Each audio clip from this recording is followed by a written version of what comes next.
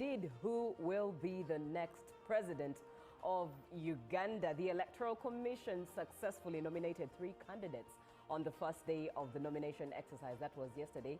And the EC chairperson, Justice Simon Byabakama, said that the process was successful and peaceful at the same time. Yoweri Kaguta Museveni, Elton John Mabirizi, and Robert Kasivante were successfully nominated and are now officially presidential candidates. The trio was provided with security vehicles as part of the standard protocol, and Nandalama Fabi, Chagulanyi, Robert Sentamu as well will be nominated today, the 24th day of September 2025. But Muntu, Munyagwa, and Nsereko Kabuleta were stranded as of yesterday as presidential nominations neared the deadline.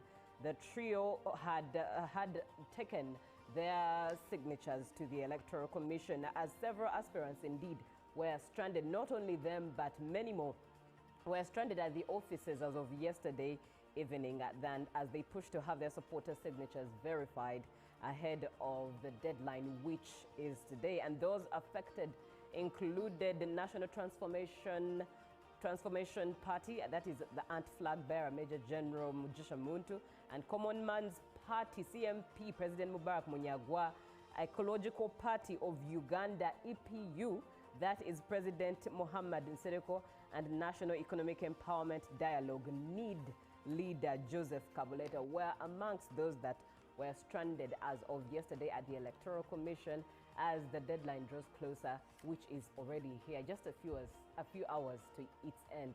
That is the 24th day of September. But good morning, a lot still coming through your way. We are here to bring it to you. My name is Julie F. Nantaba. I am with Robert Chirabo Nyonyintono and John Murunji. Good morning, Robert. A lovely morning to you, Julie, and our viewer. Thank you very much for waking up with us. Yes, I'm very energized because today will mark the deadline. All right. By closure of today, we will know who will be on the ballot paper and who will not be on the ballot paper for 2026 presidential elections. Already 3 are confirmed. Yoweri Kaguta Museveni, NRM, Elton John Mabirizi, that is Conservative Party, and also that is Robert Kasivante, National Peasants Party. Those 3, now we are sure. Mabirizi had some issues, but they were rectified later regarding his academic verification, so he made it there. Now, yesterday, by 8 p.m., over 20 of the aspirants were in the industrial area at the Electoral Commission office, there with a few of their supporters, but was heavy deployment from Kabaragala police station that really deployed there seriously. And they were expressing their dissatisfaction with the Electoral Commission, claiming that they sent in a number of signatures. Because remember, for one to be nominated as a presidential candidate, you must have 100 signatures from each of the 98 districts that make 2/3 of all districts in Uganda. So you need to go in 98 districts, and in 98 districts, and in each of these 98 districts, you must collect 100 signatures. Now, these signatures must be by voters, people who have their national IDs, they're on the register, they are going to vote. No duplication.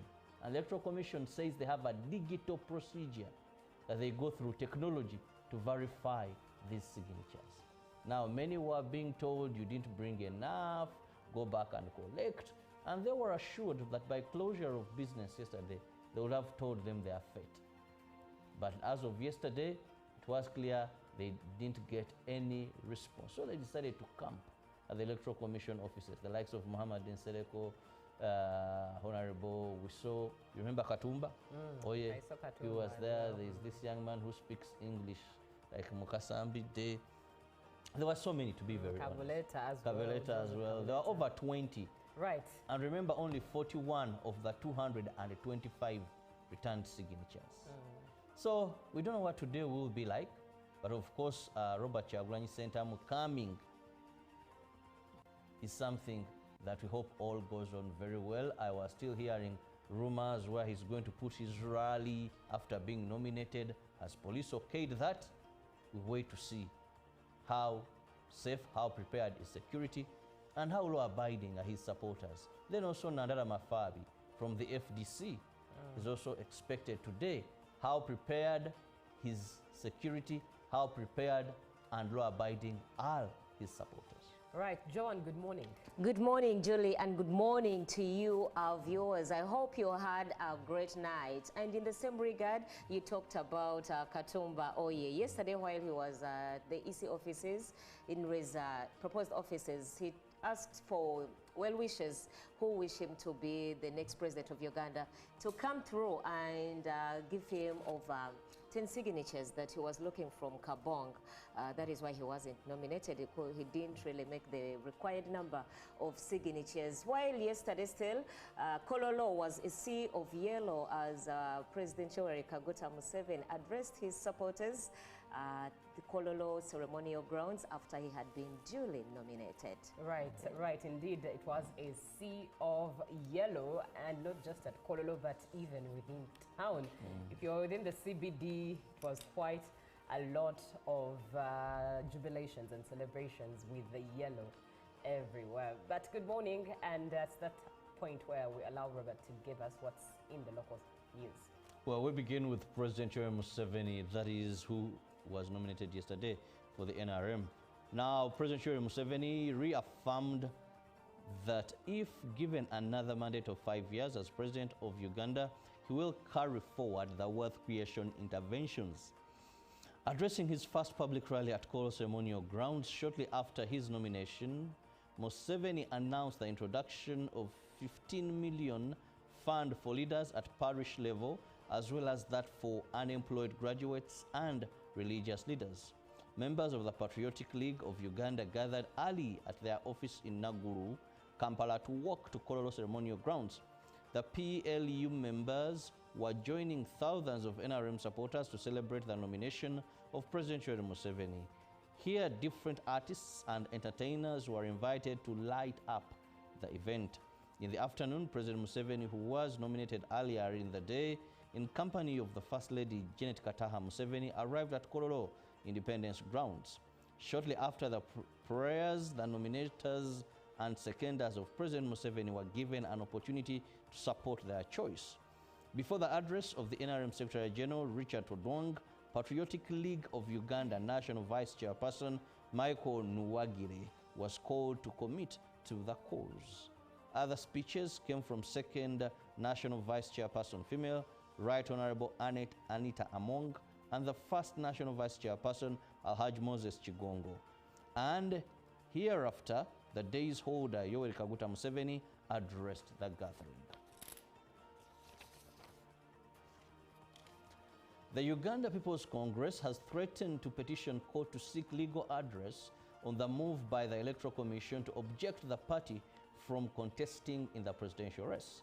The party was informed by the Electoral Commission Chairperson Justice Simon Byabakama that the Commission could not recognize Jimmy Akena as the UPC flag bearer. This has been contested by the presidential hopeful Jimmy Akena, who is to petition the Judiciary. Akena cites abuse of the constitutional right by the EC. Few months back, controversy ate up UPC party, where Akena was accused of faulting the party constitution. Akena has since faced huge barriers in drawing the line between his leadership in UPC party, the constitution which literally locks him out. Some members of parliament under UPC expressed mixed reactions as the Electoral Commission is proceeding with the nomination of presidential candidates.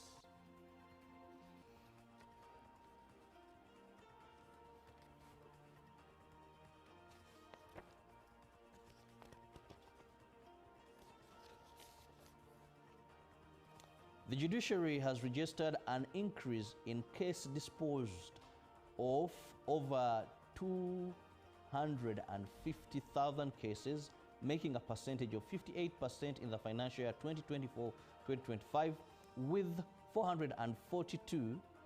263 billion budget allocated to it, although the case backlog remains a challenge with 24%.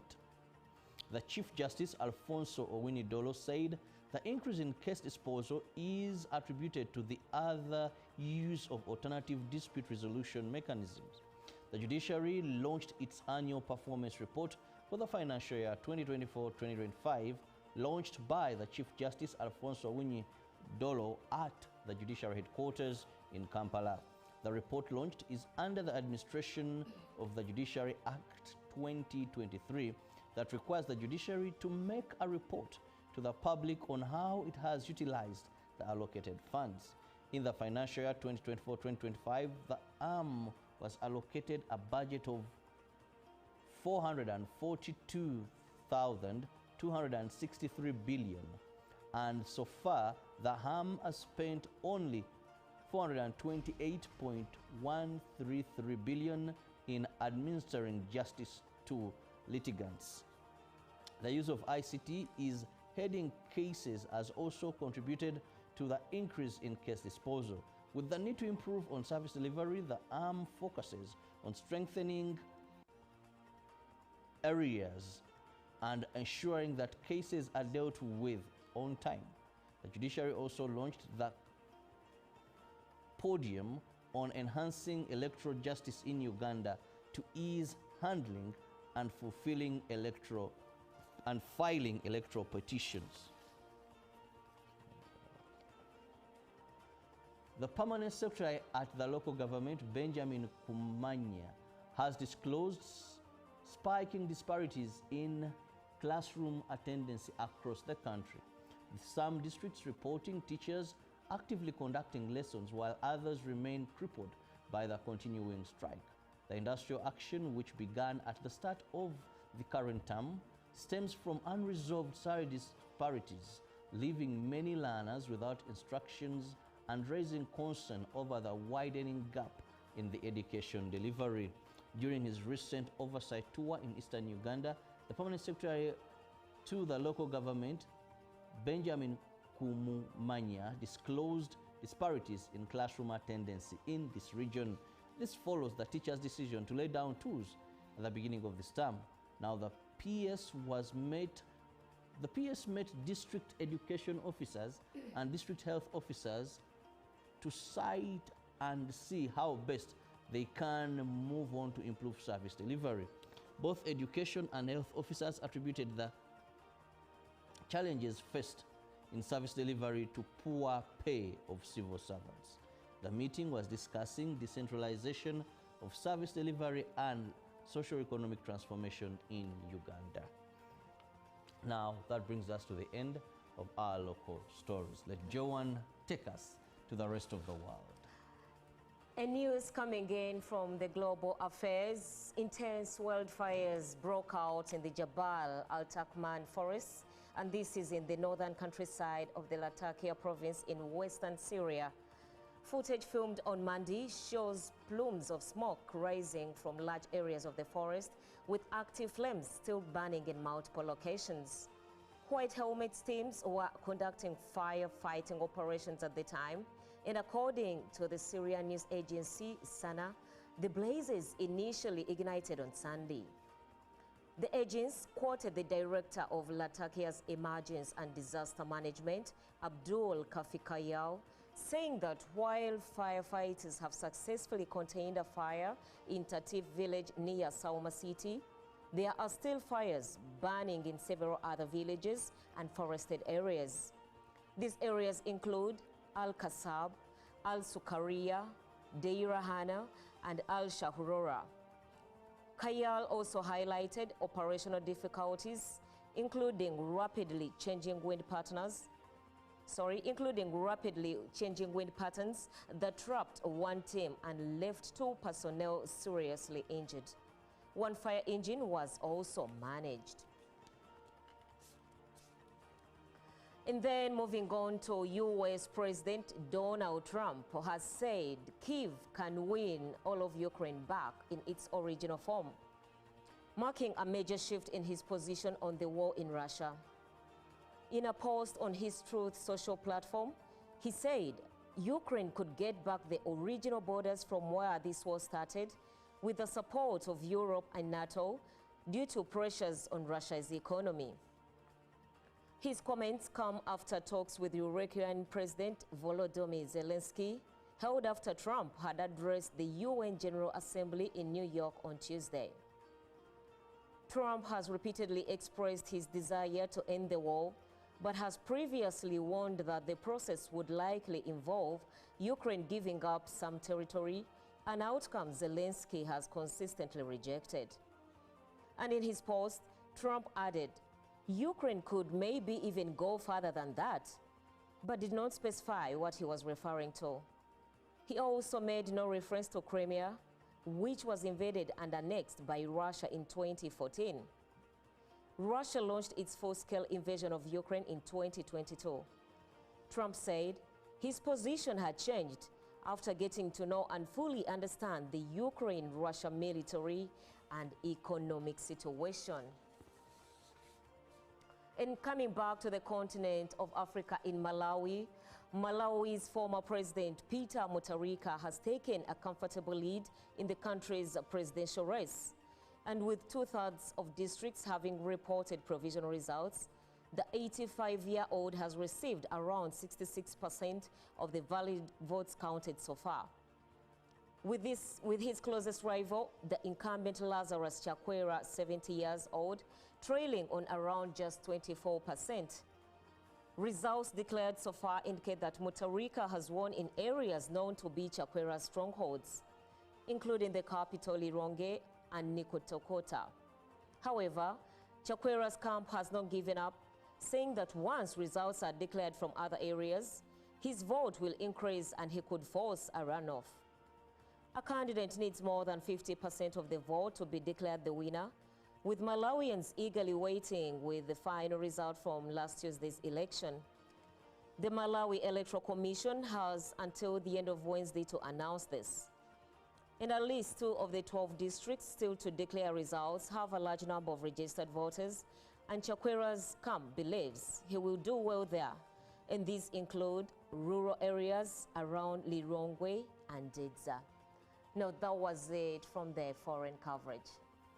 Right, thank you very much, John, for that update from the foreign coverage. Let's have a look at what we have in the press, and we are going straight to Tanzania with the Citizen, and the headline there is how to speed up SMEs cashless changeover. That is what we have, and Tanzania has made remarkable progress in its journey towards a cashless economy. But experts note that small and medium enterprises, which account for over 90% of businesses in the country, are struggling to adopt. In other news, Samia 6 votes in Twara with pledges on water agriculture. And a hearty karibu for Tanzania's first world champion, Simbu. Also still in the Citizen, Dodoma woos industrial investors with free land. Inside there also is why 9 parties have yet to launch Zanzibar election campaigns, and international conflict, no let-up in Gaza agony despite Palestine recognition. That is what we have in the Citizen. But a quick look at what we have in the Daily Nation, that is in Kenya. A nation in crisis. That is the deadline. Looking at health, private hospitals turn away patients unable to pay cash after cutting credit to SHA, citing past debts. Tutors and police face denial of services. Looking at education, learning in public universities paralyzed after lecturers went on strike to demand 8 billion shilling salary arrears. Schools in a cash crunch. And looking at matters affecting counties, thousands of employees are going without salaries, with the devolved units blaming the Treasury for delays in release of funds. A nation in crisis. Emergency from education to healthcare. The public system is in turmoil, with the government struggling to quell unrest. Now, in other news in the Daily Nation, families sue state over fire that killed 21 boys in Nyeri. And there is a story in there, Matiang'i in talks with Uhuru Party leaders. Interesting one to look into. And the picture there is a grand reception for Kenya's athletics champions. Also queries on how tycoons bagged 15 billion shillings rice import tender. Lots of things and stories to look at with the Daily Nation. And that brings us to the end of what we have in the press today. Lots of stock we have for you today this morning as we look at who will be the next president of Uganda. For now, let's have a short break as you enjoy some music in thanking the God who created you. Goodness of God, CC Winans.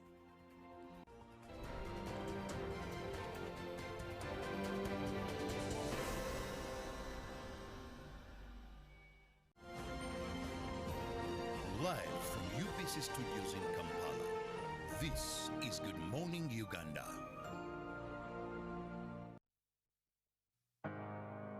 And celebrations with the yellow everywhere. But good morning, and that's that point where we allow Robert to give us what's in the local news. Well, we begin with President Museveni, that is who was nominated yesterday for the NRM. Now, President Museveni reaffirmed that if given another mandate of 5 years as president of Uganda, he will carry forward the wealth creation interventions. Addressing his first public rally at Kolo ceremonial grounds shortly after his nomination, Museveni announced the introduction of 15 million fund for leaders at parish level, as well as that for unemployed graduates and religious leaders. Members of the Patriotic League of Uganda gathered early at their office in Naguru, Kampala, to walk to Kololo ceremonial grounds. The PLU members were joining thousands of NRM supporters to celebrate the nomination of President Museveni. Here, different artists and entertainers were invited to light up the event. In the afternoon, President Museveni, who was nominated earlier in the day, in company of the First Lady Janet Kataha Museveni, arrived at Kololo Independence Grounds. Shortly after the prayers, the nominators and seconders of President Museveni were given an opportunity to support their choice. Before the address of the NRM Secretary General Richard Odwong, Patriotic League of Uganda National Vice Chairperson Michael Nuwagire was called to commit to the cause. Other speeches came from second National Vice Chairperson female, Right Honorable Annette Anita Among, and the first National Vice Chairperson Alhaj Moses Chigongo. And hereafter, the day's holder Yoweri Kaguta Museveni addressed the gathering. The Uganda People's Congress has threatened to petition court to seek legal redress on the move by the Electoral Commission to object the party from contesting in the presidential race. The party was informed by the Electoral Commission Chairperson Justice Simon Byabakama that the Commission could not recognize Jimmy Akena as the UPC flag bearer. This has been contested by the presidential hopeful Jimmy Akena, who is to petition the Judiciary. Akena cites abuse of the constitutional right by the EC. Few months back, controversy ate up UPC party, where Akena was accused of faulting the party constitution. Akena has since faced huge barriers in drawing the line between his leadership in UPC party, the constitution which literally locks him out. Some members of parliament under UPC expressed mixed reactions as the Electoral Commission is proceeding with the nomination of presidential candidates.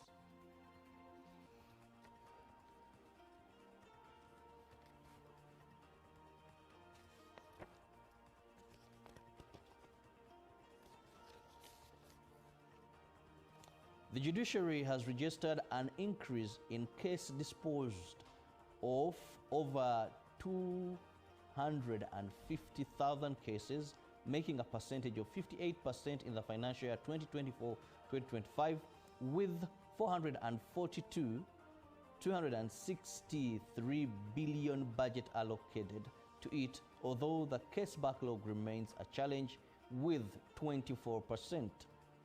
The Chief Justice Alfonso Owini-Dolo said the increase in case disposal is attributed to the other use of alternative dispute resolution mechanisms.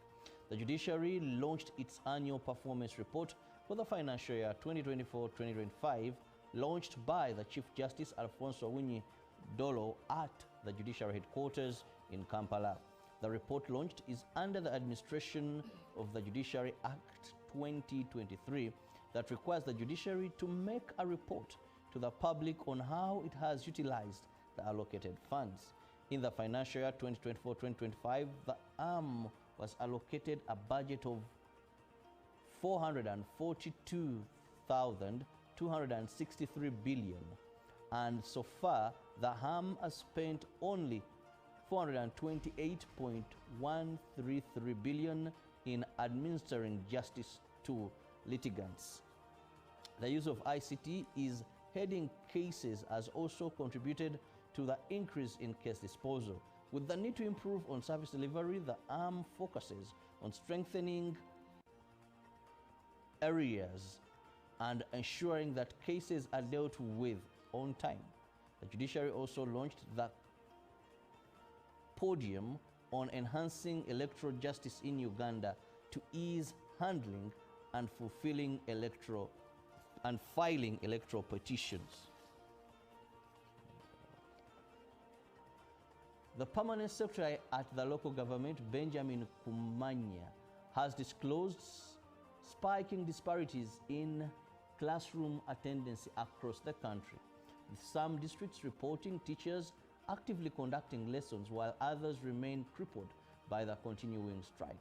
The industrial action, which began at the start of the current term, stems from unresolved salary disparities, leaving many learners without instructions and raising concern over the widening gap.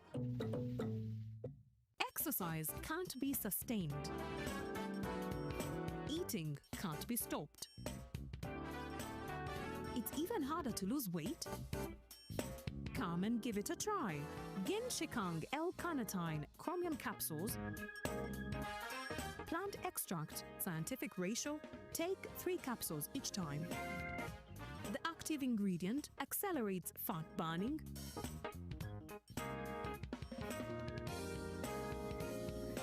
eat twice a day, don't take a detour. Weight loss starts now.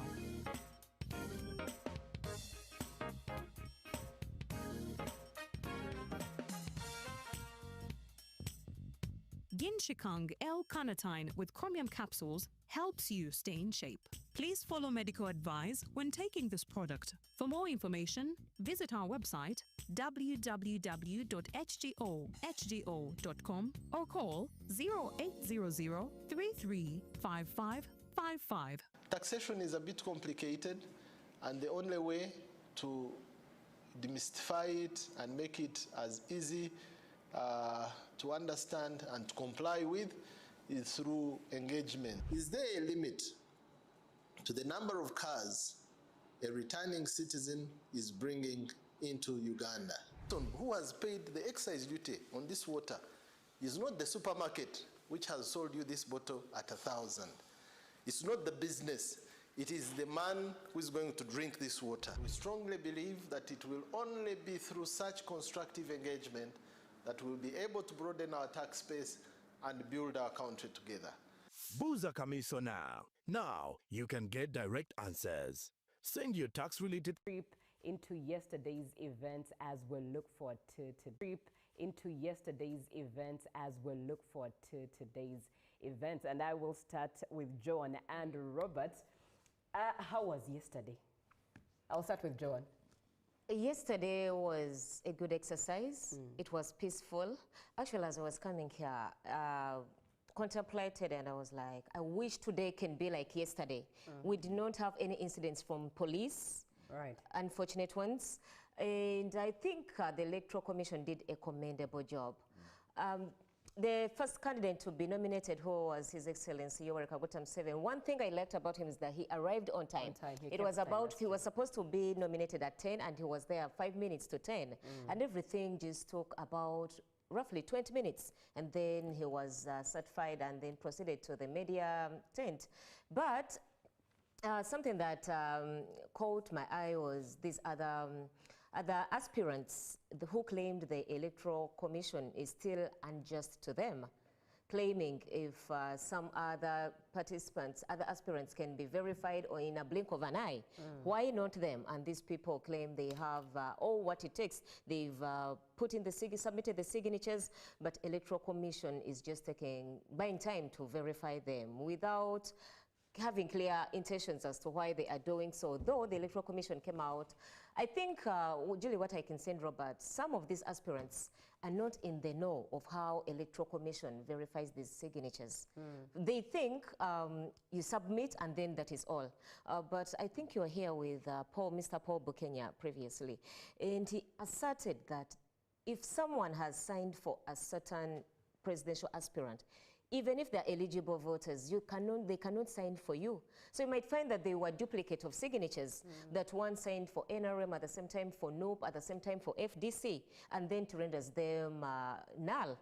So I think some aspirants are not really aware of what takes place while Electoral Commission is verifying, and they just stick to Electoral Commission is just delaying us. Like recently, before our, I think it was 2 days back, before our 10 p.m. news bulletin, we had Justice Byamukama here, and he acknowledged that the letter the Electoral Commission wrote to NOP, it was an error because it indicated 19th for 20th. And it was a holabalo because the people from NOP were like, Justice Byamukama just wants to play hide and seek with us. So I think aspirants need to be made aware as they are picking nomination forms, because Mr. Muchunguzi one time said, if these aspirants trusted us and picked nomination forms, then why don't you trust the process? Why would we even side play you just for nominations? Right. Yet you trusted the body to come and pick the nomination. Why didn't you actually complain as you're picking the nomination form? Interesting picture you paint there. And indeed, Mr. Paul Bukenya was here the day before yesterday, and he asserted the fact that while these candidates pick the nomination forms, they are taken through the exercise of what the requirements look like. Robert, let me come to you. Speaking of the requirements, there are 100 signatures. Well, first... rather, the 100 voters from 98 districts. Do you think it's actually fair? It is fair. Fair and feasible for all candidates. Now, contesting for a president, for that seat, it's the topmost job of a country. Right. You must show ability. In all cultures here in Uganda, they have how they test ability of a man who is taking their daughter.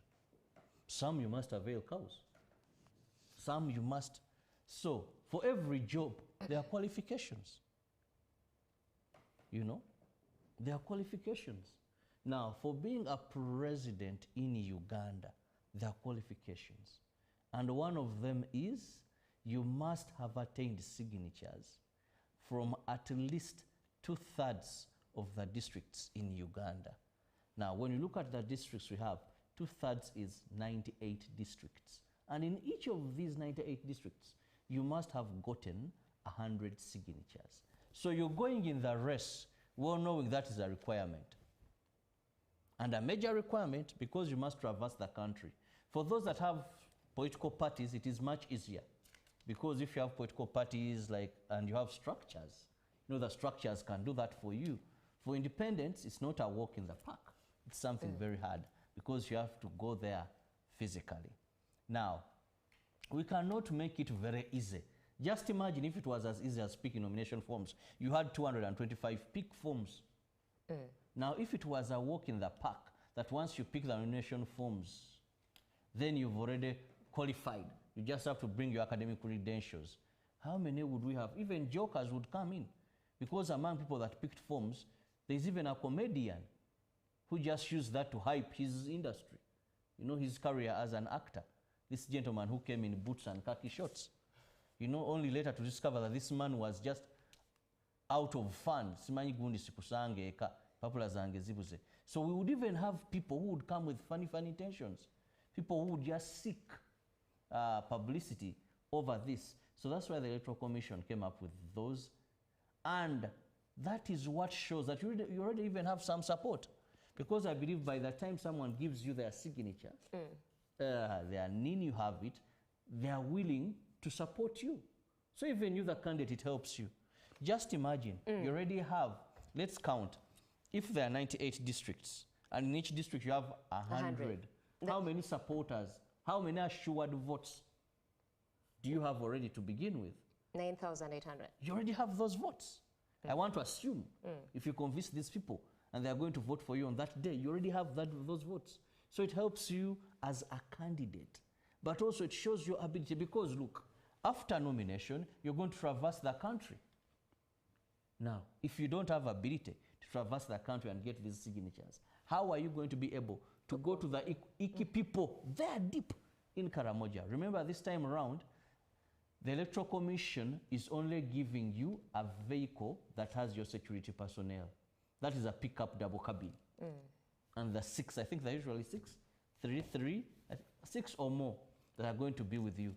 But they're not giving you a vehicle like it has been the previous, where you have this Land Cruiser, this V8 and moving as a presidential candidate. This time you have to use your car. The security will be there with their brand new. I saw the Electoral Commission showing them to the media, very brand new, 0 mileage, double cabins. But you must have ability to fuel your car where you're going to be moving around. So this is another way of sieving, of vetting, and knowing that at least you have the ability. You have the power and the muscle. Yes. Just to add something to what Robert has submitted, because the current statistics for UBOS 2024, they indicate that Uganda as a country, we have over 49.3 million people. And if we have 185 districts, so if you divide the 49.3 million people by those districts, it means at least every candidate is able to submit signatures of over 2,666,000 people. And for example, the previous election, I will not use this one because some are still being verified. We had 11 candidates.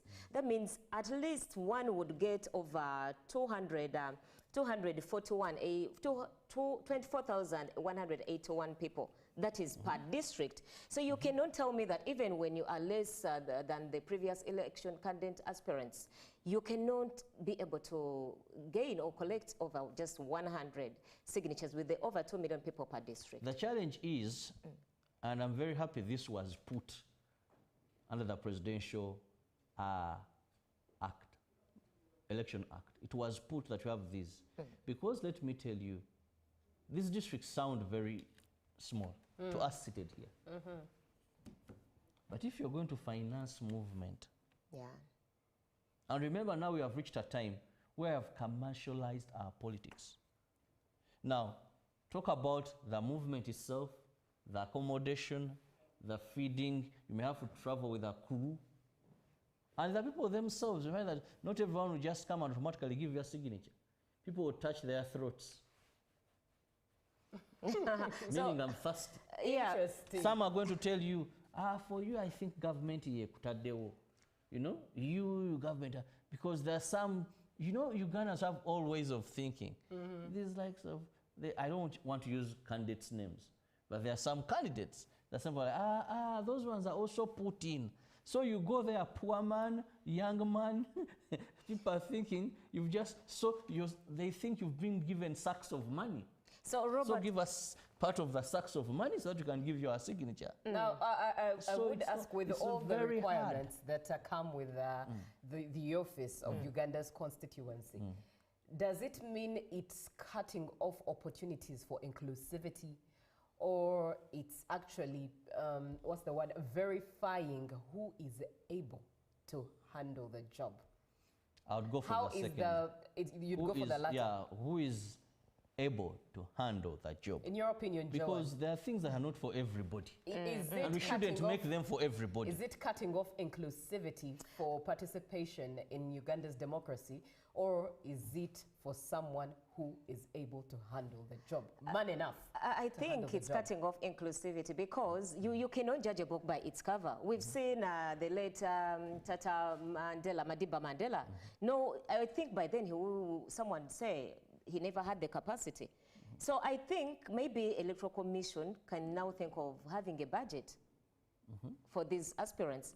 And maybe they can change the procedure. They verify first through academic papers and those who have paid the 20 million, and then they can facilitate these people to look for signatures. Interesting. 0709602592. Do share your opinion as well when it comes to the requirements that the Electoral Commission requires from candidates, those who are aspiring to be the president of Uganda. Do you think it's cutting off inclusivity in Uganda's democracy, or it's actually proof of who is man enough? And by man enough, I mean even the women who are strong enough to lead Uganda. Do share your opinion. 0709602592.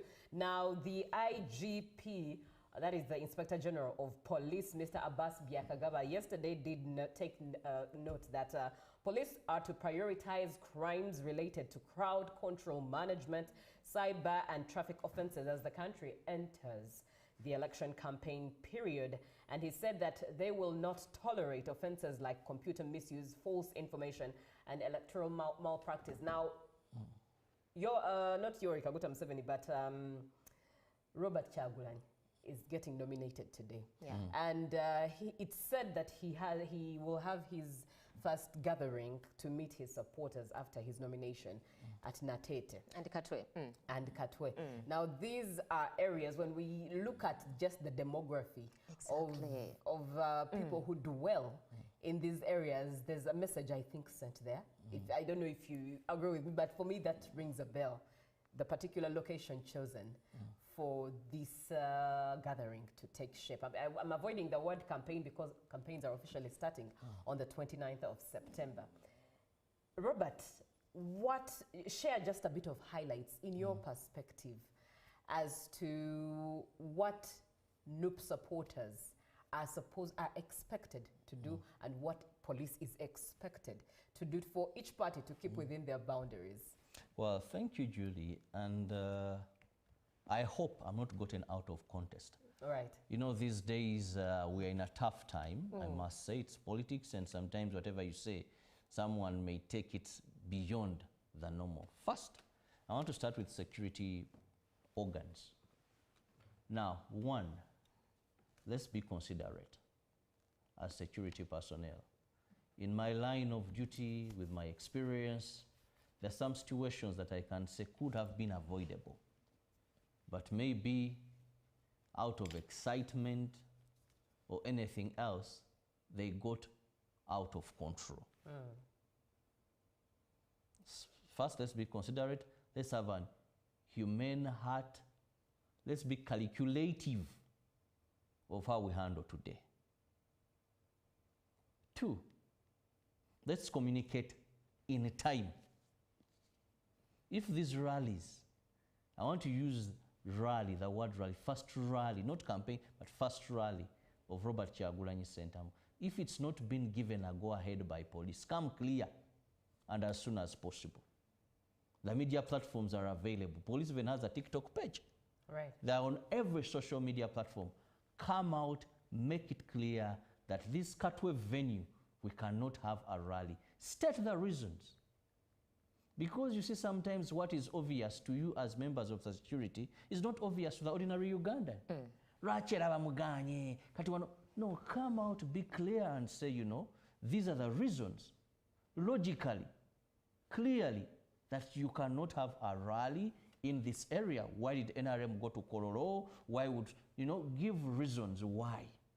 Not just to say we cannot. The ordinary person needs explanation. Then, I want to go to the NUP supporters. We know at this time, sympathy is very important. You know, in politics, there's what we call a sympathy vote. Yeah. It matters a lot. How far does it stretch, though? Anyway, that will Let be me a tell you. conversation for another day. There are people who have voted but I want to tell you, They are. sympathy vote They matters. And I know, Robert, sympathy vote matters, but why I'm asking how far does it stretch is because we've experienced it, we've seen it, and the candidates voted out of sympathy vote tend to be inactive. True. But I think, anyway, it's still it's considered. That's a conversation for another day. Sympathy Please vote continue. matters, Right. but also we know that chaos is a campaign strategy as well. Right. For some aspirants. For some candidates, aspirants. rather. When the city people are arrested, people are beaten, tear gas, there's someone who is going to say, They will not look at the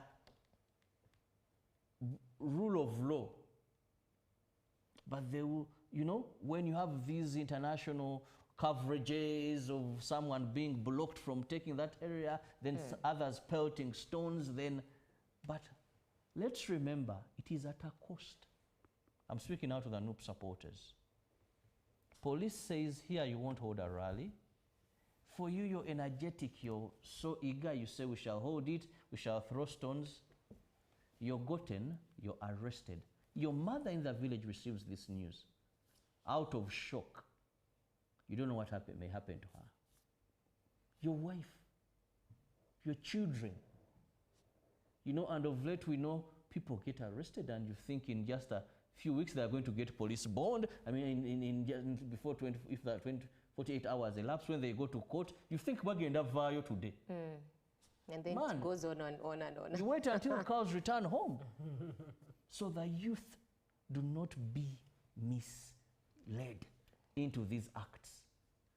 As I wind up this, let's also think of other people who have no interest in your politics. Yeah.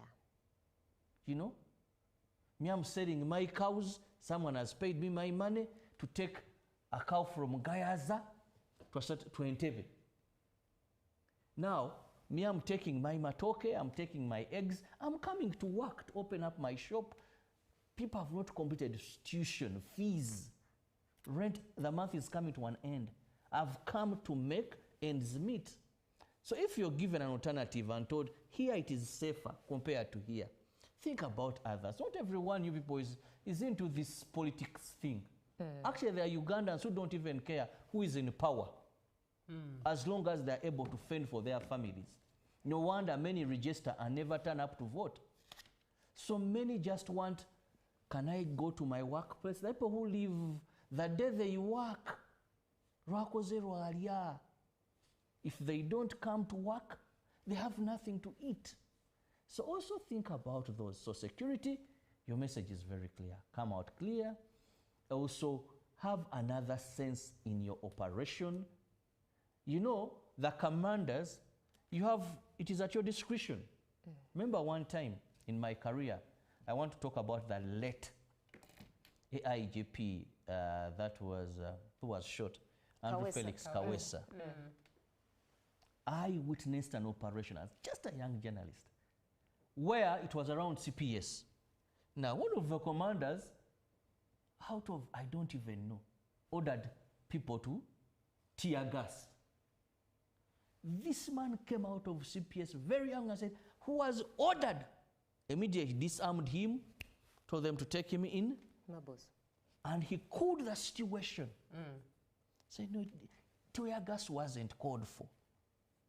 And actually the chaos that had erupted didn't proceed. There is a way he handled the matter. So can we have that way? The supporters, can you have thinking twice? Because if all I want is communicating the message, today you'll have the journalists, they are there, you'll have social media is there, the radio stations, you can do the communication. So let's all aim at having peace. Let's not look for sympathy. Let's not, because at the end of the day, these may mess up. We need peace, man. We need peace, people to work. Right. And make money. I did ask earlier on that when it comes to requirements needed for those aspiring for the office of president, do they encourage inclusivity for Uganda's democracy, or rather it's better that the man who fits the job takes on the bull by its horns? And hello GMU, this is Mwebesa Gerald from Barra City. I think it's who can manage the job. Not everything is about inclusivity. That position isn't for the weak. Thank you. Good morning, Uganda. Somebody else comes through on the show and says, good morning, UBC. I have loved your Trinity talk. Inclusivity in election is good, but let there be a threshold to moderate the process. As a country, we aim at quality leadership. Thank you so much for being on the show. Now, John, indeed, like you mentioned when we started, that the Electoral Commission had, generally the nomination process rather, was peaceful and stable at the same time. In your perspective, How prepared and organized was the Electoral Commission? Take us through that day as it started at Lubowa with the Electoral Commission. One, I would like to commend them that they put restrictions. If you are not accredited, please do not access the EC proposed the headquarters site, because you know we have citizen journalism, and this has not done good to especially traditional media or traditional journalism. You find that people are reporting anyhowly on social media. Yeah, they are not employing the ethics of journalism or integrity and all those principles, the journalistic principles. And you find that when people are judging, they generalize. All journalists are doing this. They forget there is citizen journalism. They are citizen journalists because not professionally trained, but one wakes up, they have a camera, they can capture content, they can edit. Bought equipment of and they have huge phones. And they actually despise traditional media. They're like, you're telling us nothing. We're getting news, for example, on TikTok, and you find that there is a lot of misinformation that is circulating, a lot of yet fake news. The very people who say that we're giving them wrong information, they are actually clout chasing. They are there just for likes and for their pages to sell. I do agree. So citizens out there, please make sure you get your information from trusted news sources like UBC and all her sister networks. And talking about yesterday, it was a nice one. I expected to get problems traversing through the city, but there was none.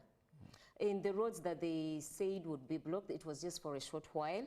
And surprisingly, there was less traffic jam yesterday. Personally, as I was heading back to home, it was around 7:30, and it was so peaceful. I was like, I wish traffic officers can ensure traffic-free areas like today. It was a plus to the traffic officers, security organs, and also the Electoral Commission, and the swiftness the Electoral Commission used.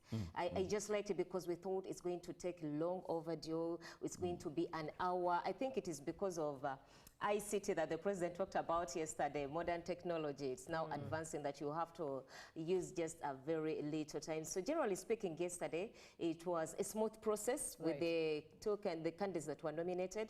And I hope today it's also the same thing. But talking about what you asked Robert to submit about the security, personally, like Robert made a disclaimer that please do not take some things personal. I did agree with the police not clearing Katwe grounds for post-nomination rally for the no people. One, when you look at the proximity from Katwe to Natete, it is about 21 minutes drive, maybe there is traffic, or it's just about 7.8 kilometers. So if you're holding a rally in Katwe, you also want to hold a rally in Natete. What about the other citizens that are doing business? You are putting business to a standstill. You are inconveniencing other people who are less minded about your campaign or about politics, and they're just waiting for the D-Day to vote. So for security, I give it a thumbs up about that. I actually thought about it before.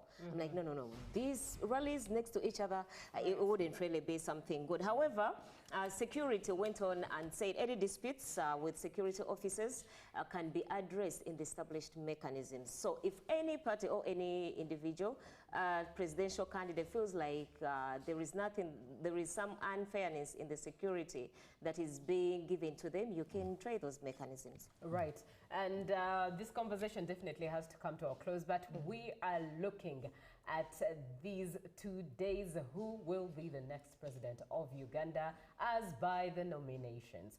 Closing this, Robert, your submission is okay, but remember, police is always served with a letter of notice. It's upon the police to accompany the candidates. Let them guard the venue. Why should security show weakness in their line of duty? I tend to feel that security plays a fishy excuse. This is Mike Bugweri. Mike reminds me of what I watched the police, and I think bits of the army, but at least the police do, the role they played while PLU members left their offices in Naguru, walking to Kololo to celebrate President Museveni. They guarded them. They told those who were driving to, did not allow them to go past a certain threshold to the venue and allowed those who were on foot. But, you know, they were organizing them in a way as opposed to the chaos that usually comes. And I think this is what Mike is trying to talk about. Let me quickly answer and respond to Mike. Yes. You see, supporters are governed by the leader. and what are the intentions of the leader. I agree. Right. I agree. They will listen to their leader, not the police. Don't be deceived. Right. I'm one of the people who participated in the Mabira riot. Very young student. And I want to tell you, Honorable Beatrice Anywa, because I remember the people, Frank, who and Honorable Beatrice Anywa. Now, when we left railway grounds, we had agreed to pass via, that is it, Nasa Road, Okay. then Nakasero, then we go to Clock Tower, then address a rally there. Now we had John Kenny Ruchamuzi, who was a The man. politician and listened to very well. Now, as we left railway grounds, you know this other road that continues to these lights that come from Entebbe. Someone out of the blue tells the young boys that tuyiteyo tebajja tulaba. Tuyite one. And you did. And that is where chaos broke, the Mabila riots. Because the other one was a busy area. Police had allowed us to take this direction. Now, when you have the commanding team of the supporters Right. already clear, expressing how they are ready to tussle it out with the police, don't expect the supporters to listen. Yes, but Robert. They are already charged. Their mindsets are already changed. They cannot listen. That is why I'll tell you, I've seen opposition politicians, if they want to have a rally and they want it to happen, they desperately need it. There was a time when people thought Kizza Besigye cannot walk in Kampala. But they would see him on weddings and parties because he knew here, I want to go and attend. I don't need to cause fracas. So usually the people, the brains behind determine if police will be able to work in harmony with the supporters Right. or not. All right, so this conversation definitely does have to come to an end, but we are still here to engage more as we look into the nomination exercise of those who want to be the president of Uganda continuing today. Let's pause here for now as we allow GMU Tourism Express and Business to take shape. But good morning, Uganda.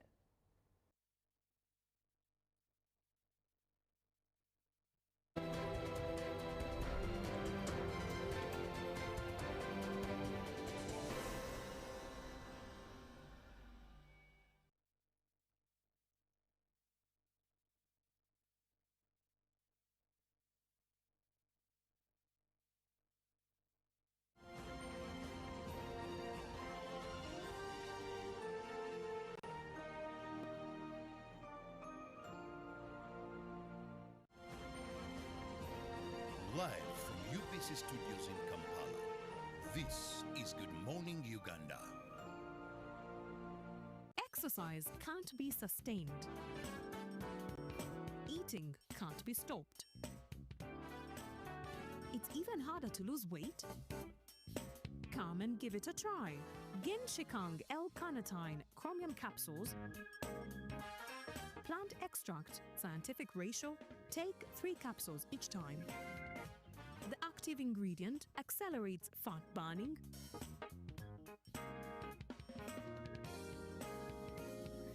eat twice a day, don't take a detour. Weight loss starts now.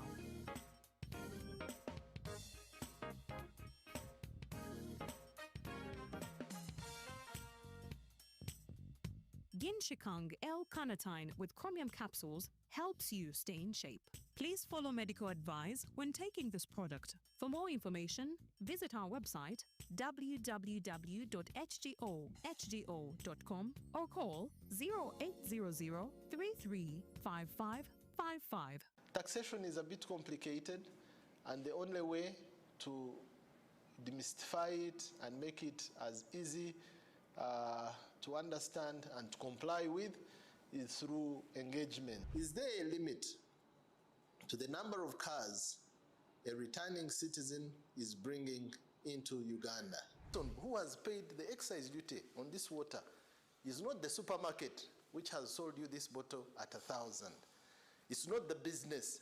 It is the man who is going to drink this water. We strongly believe that it will only be through such constructive engagement that we'll be able to broaden our tax base and build our country together. Buza Kamiso now. Now you can get direct answers. Send your tax-related questions via WhatsApp or SMS to 0790-141-887, and the Commissioner General of URA, John Musinguzi, will personally address them. Tune in to UBC News Tonight every Monday and Wednesday for expert insights and clear explanations. Buza Commissioner.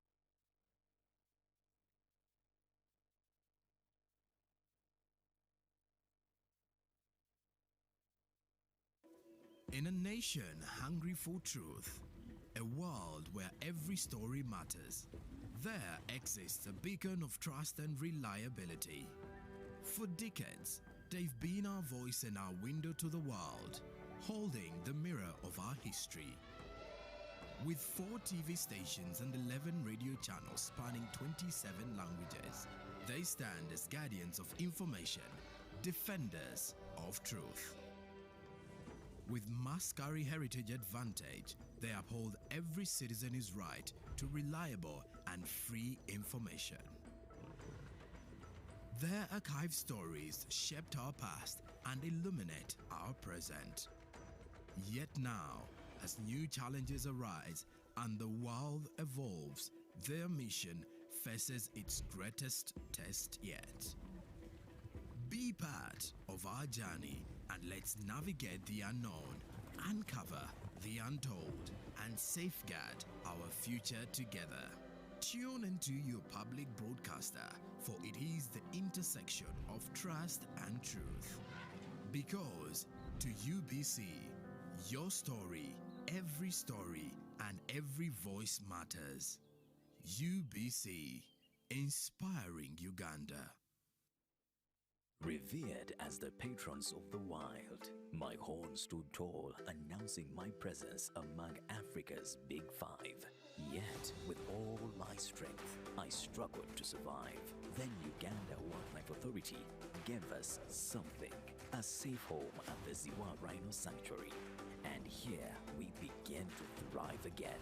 Today, we are 48 members strong, with 17 cows, ready to take our unique story into the future. This is your lifetime opportunity to name a rhino, and with it, find the conservation efforts that keep our story alive. For more information, visit our website, www.ugandawildlifeauthority.org. Live from UBC Studios in Kampala, this is Good Morning Uganda.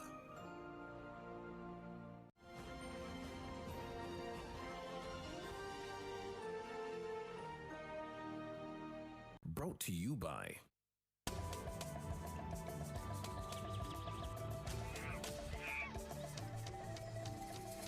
Uniquely Ours.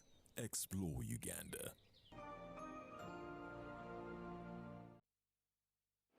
What I can only say is that by 1980, rhinos had been completely wiped out of Uganda, driven to extinction, which was a loss to our pride, heritage, and identity. It is therefore very important for us to celebrate, from species extinction to reintroduction of 6 individuals and restoration of the current viable population. Our successful rhino conservation story is a result of hard work, resilience, strengthened stockholder engagement, hope, and success. As the responsible minister, it gives me immense pleasure and pride to announce the naming of the 17 baby rhinos that will happen here today at the Ziwa Rhino Sanctuary. Inyo for an incredibly warm welcome here today. I wish all my Mondays were like this. They're honestly not, I have to say.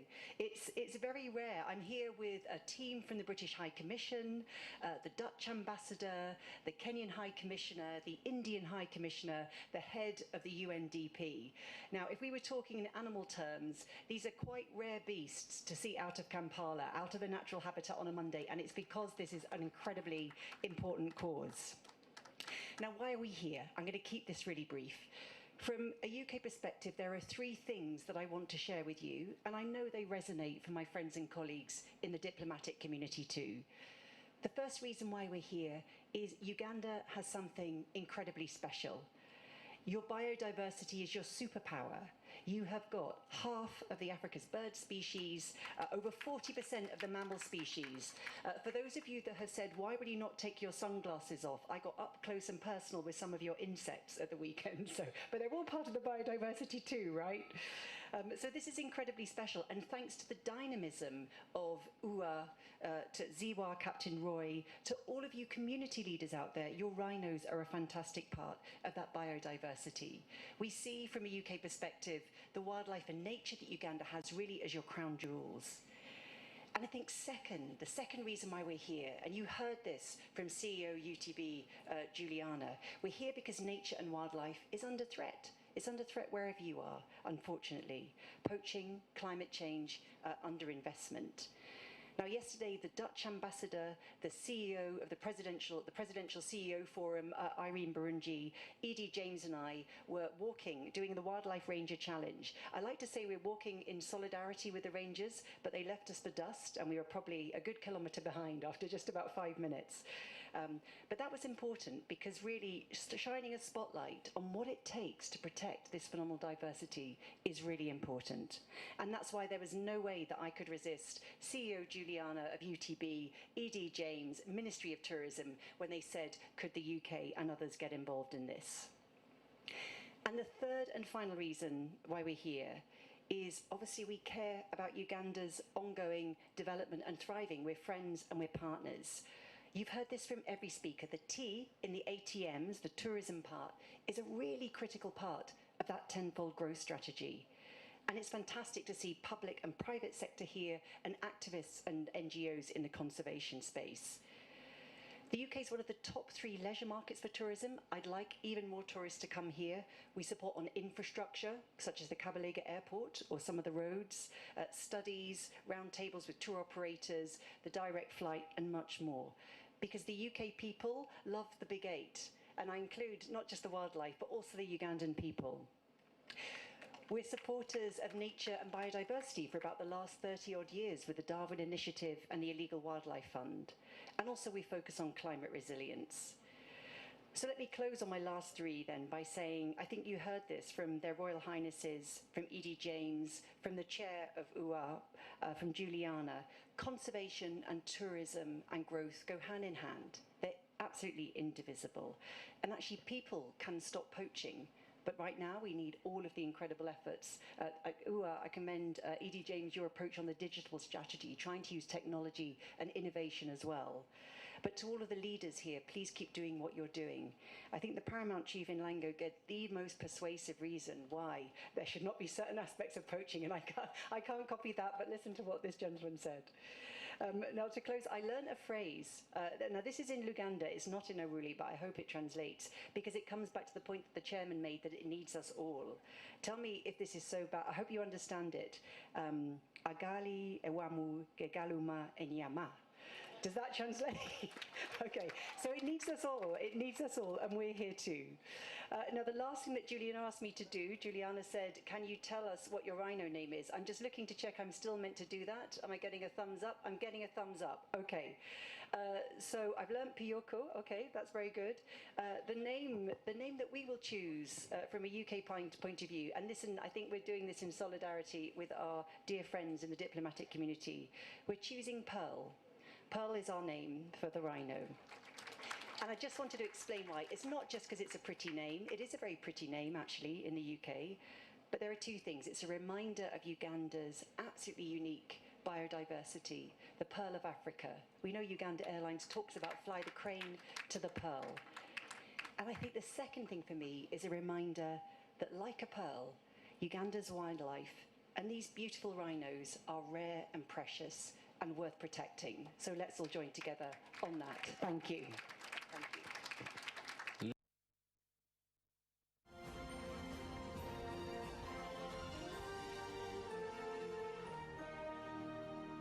Brought to you by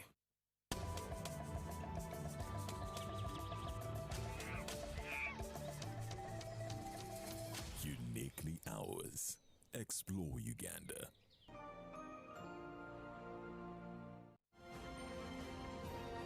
Live from UBC Studios in Kampala, this is Good Morning Uganda.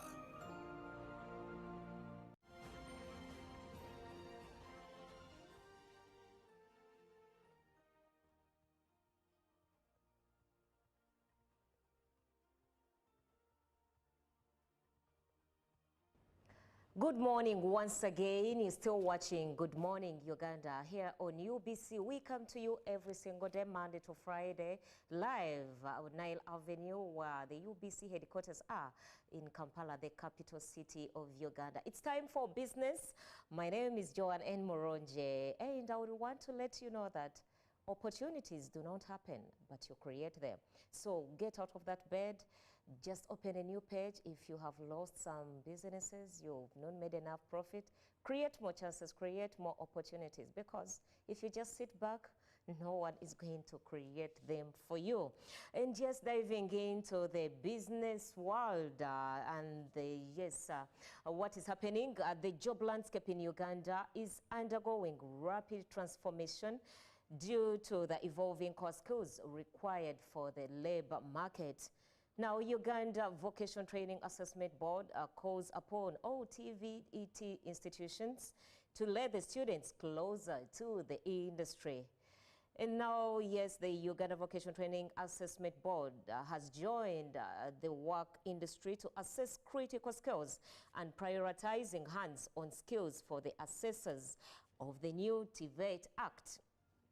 The Deputy Executive Secretary, UVTAP, in charge of the curriculum development, Nasa Zajalia, says there is emerging closer cooperation between UVTAP and TVET teachers and industry.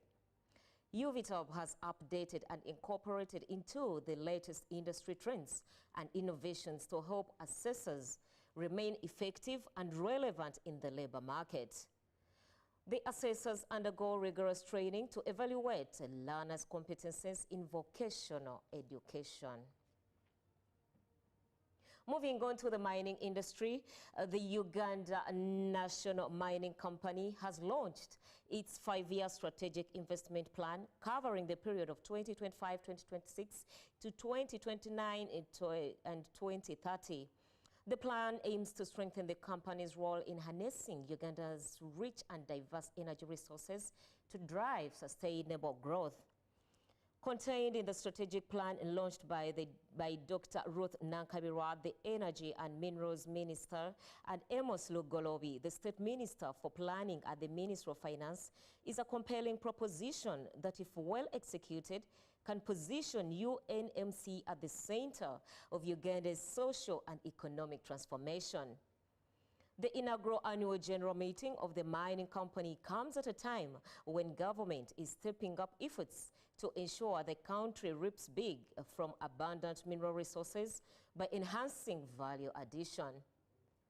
As the government entity hits the ground running, it is assured to the full backing of the Finance Ministry.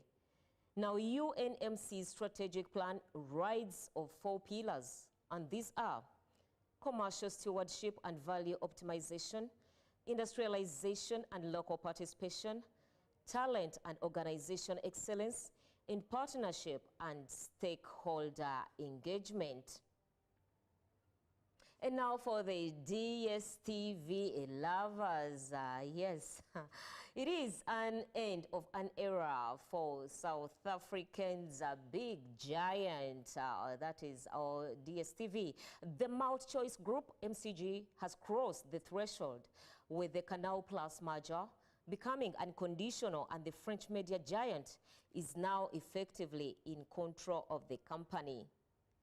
Canal Plus and MCG announced that as of Friday, 19 September 2025, all the suspensive conditions to the takeover have been fulfilled or waived, and as a result, the Canal Plus offer has become unconditional. Subject to the Takeover Regulation Panel issuing a compliance certificate in respect of the Canal Plus offer in terms of Section 12B of the Companies Act, which is expected imminently, the settlement process in connection with the offer will now commence. And this was said by the group. Notably, this means that Canal Plus is already in control of the group, which was founded as Mnet's Digital Satellite Division in 1994 rather. As of the close of business on 19 September 2025, Canal Plus directly owned 46.0% of the shares of MCG, including treasury shares. And in addition, acceptances in respect of a further 2.2% of MCG shares have already been tendered to Canal Plus in terms of the Canal Plus offer prior to the publication of the finalization announcement. Canal Plus is therefore in effective of control of MCG. This was said by Mouth Choice. All the shares which are still to be tendered into the Canal Plus offer, which is now unconditional, will further increase Canal Plus shareholding in MCG. And of course, I cannot live without letting you know of the forex. Yes, as of the 23rd September 2025, the US dollar was buying at 3,495.27 and sold at 3,505.27. And by midday, the dollar bought at 3,494.95 and sold at 3,504.95, while it closed in at 3,494.55, that was buy, and sold at 3,504.55. And going to Europe, the Great British Pound, it sold at 4,719.38. It bought at 4,719.38 and sold at 4,732.89, while the euro was buying at 4,122.87 and sold at 4,134.66. And from our neighbors, the Kenyan shilling closed in the buying rate of 27.04 and sold at 27.12, while the Tanzanian shilling bought at 1.41 and sold at 1.41. And the South African rand bought at 201.37 and sold at 201.95. Now, that was it from GMO Business. My name is Joan Murungi. Coming up is the agenda. Good morning, Uganda.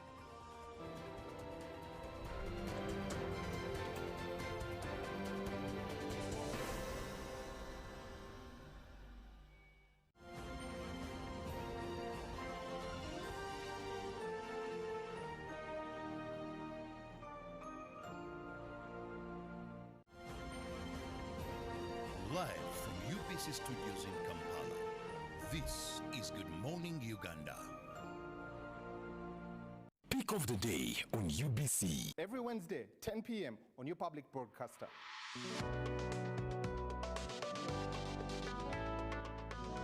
Was brought to you by I'll call you every day, yeah yo, baby dondolo. You can now get all the Chibuzi out with MTN voice bundles. Call all networks, Kubei Dondoro. Buy a 25-minute voice bundle for only 1,000 or buy any daily voice bundle of your choice. Dial *100 *21# and select daily or use the MyMTN app. When we talk together, we are unstoppable.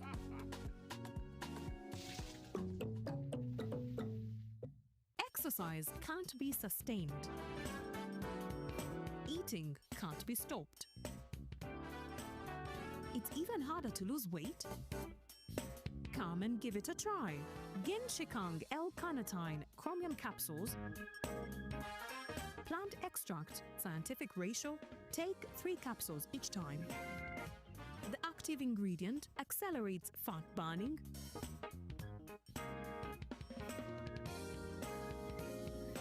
eat twice a day, don't take a detour.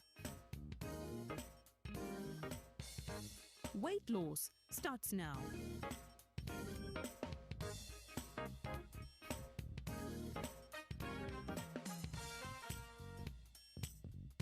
Ginshikang L-carnitine with chromium capsules helps you stay in shape. Please follow medical advice when taking this product. For more information, visit our website www.hgo.com or call 0800 335555. Taxation is a bit complicated, and the only way to demystify it and make it as easy to understand and to comply with is through engagement. Is there a limit to the number of cars a returning citizen is bringing into Uganda? Who has paid the excise duty on this water is not the supermarket which has sold you this bottle at 1,000. It's not the business. It is the man who is going to drink this water. We strongly believe that it will only be through such constructive engagement that we'll be able to broaden our tax base and build our country together. Buza Kamiso now. Now you can get direct answers. Send your tax-related questions via WhatsApp or SMS to 0790-141-887, and the Commissioner General of URA, John Musinguzi, will personally address them. Tune in to UBC News Tonight every Monday and Wednesday for expert insights and clear explanations. Buza Commissioner. Every Wednesday, live in our studios in the heart of Kampala. We have to change the political culture in this country, really. Who has bewitched Ugandans? I want to assure you, as government, we shall do whatever it takes to ensure that Ugandans are safe. We have conversations that have analysis, explanation. This law society, this union of theirs, because they want a job everywhere, they want to be this, they want to be that, they want... No. We know it's a union. You cannot be making a road, bitumen grade 1, in Congo for 5 billion. But not every truth is fact, and not every fact is truth. The argument that the General Court Martial is responsible for peace and stability is without basis, either in law or in fact. We have been told how Napoleon was a great orator. Now, Napoleon cannot help me get food. They told me combine harvest in Saskatchewan. I don't know where Saskatchewan is. This is a geographer we taught. Instead of teaching me how to preserve Mabera forest, they're teaching me about Rhineland. This is a problem we got. We cannot run away from it. Right now, you hear very disgusting stories of members of parliament. Instead of discussing the details of loans, they ask for their cuts. Every Wednesday, 10 p.m. on your public broadcaster.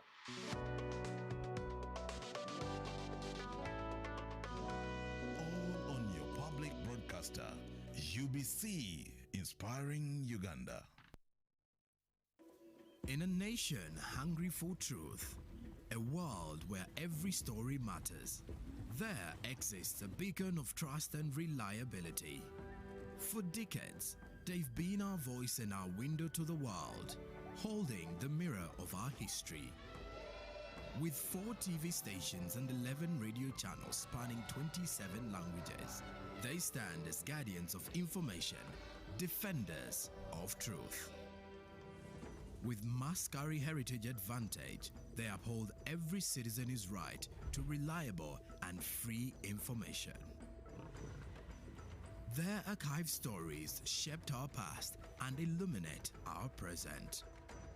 Yet now, as new challenges arise and the world evolves, their mission faces its greatest test yet. Be part of our journey and let's navigate the unknown, uncover the untold, and safeguard our future together. Tune into your public broadcaster, for it is the intersection of trust and truth. Because to UBC, your story, and every voice matters. UBC, inspiring Uganda. Amaina gange ndi namaganda Mariamu Monda myoga jaida emyoga igitandika okwida nafunamu esente bampa yakakayirako esente bwe bampa akakayirako esente nayiye ekyokukola nasookera ku mutyere omutyere gwapanga beeyi naguvwako nanoonya omwana twageddaga n'amagezi nagema esente edo namuga yaje yagula supeya ow'ebyuma muno pikipiki n'obugaali buti saawa eno ndi kuyiiya okuleeta ebyuma ebimala ku bwena abakabiri bampaireyo ku esente nakoba okunoonyayo abaana babeegeresenga gano okukanika ki pikipiki era bali kujja mpolampola nga bakanika era esente bwe tunaaba tudifuna nenda kwongera mu maani mu sente bwenaaba ndifunye twongeremu ntewo bizinensi emala nenda okwebaza gavumenti egiira okutulowoozaako niife abaagansi mu kyalo okufuna esente kuba twalinga n'esente nga tulumukira mu banka bugiri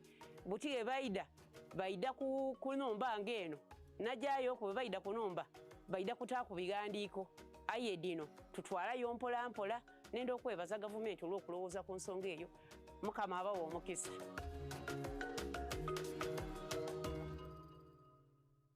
Across Uganda, the parish development model is paving the way for prosperity, helping families transform their lives through strategic farming practices, like the 4-acre model.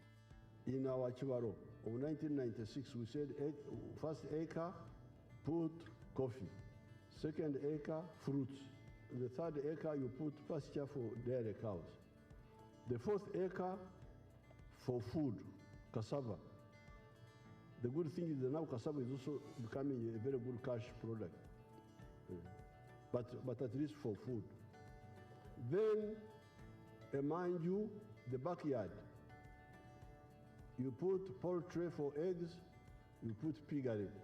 I'm in a 1-acre plot of land. In this 1 acre, Your Excellency, I practice this banana plantation. I also practice coffee. I also have dairy, Your Excellency. Every month, Your Excellency, I get 500,000 from these bunches. The 7 activities we recommended, they have a big global demand. We have 10,000 Nile tilapia fish and 10,000 African catfish. And when we sell our 10,000 tilapia, we get in one harvest 20 million shillings. Fruits, especially capture, which is cold, can do very high value crops like apples. And then finally, those who are near the wetlands, like the ones in Bukit who are wasting the wetlands, they should do fish farming, not in the center of the swamp, but at the edge of the swamp. From coffee farms to fish ponds, the 4-acre model is empowering Ugandans to transform their lives. The parish development model is your pathway to wealth creation. This message is brought to you by the Ministry of ICT and National Guidance. Revered as the patrons of the wild, my horn stood tall, announcing my presence among Africa's Big 5.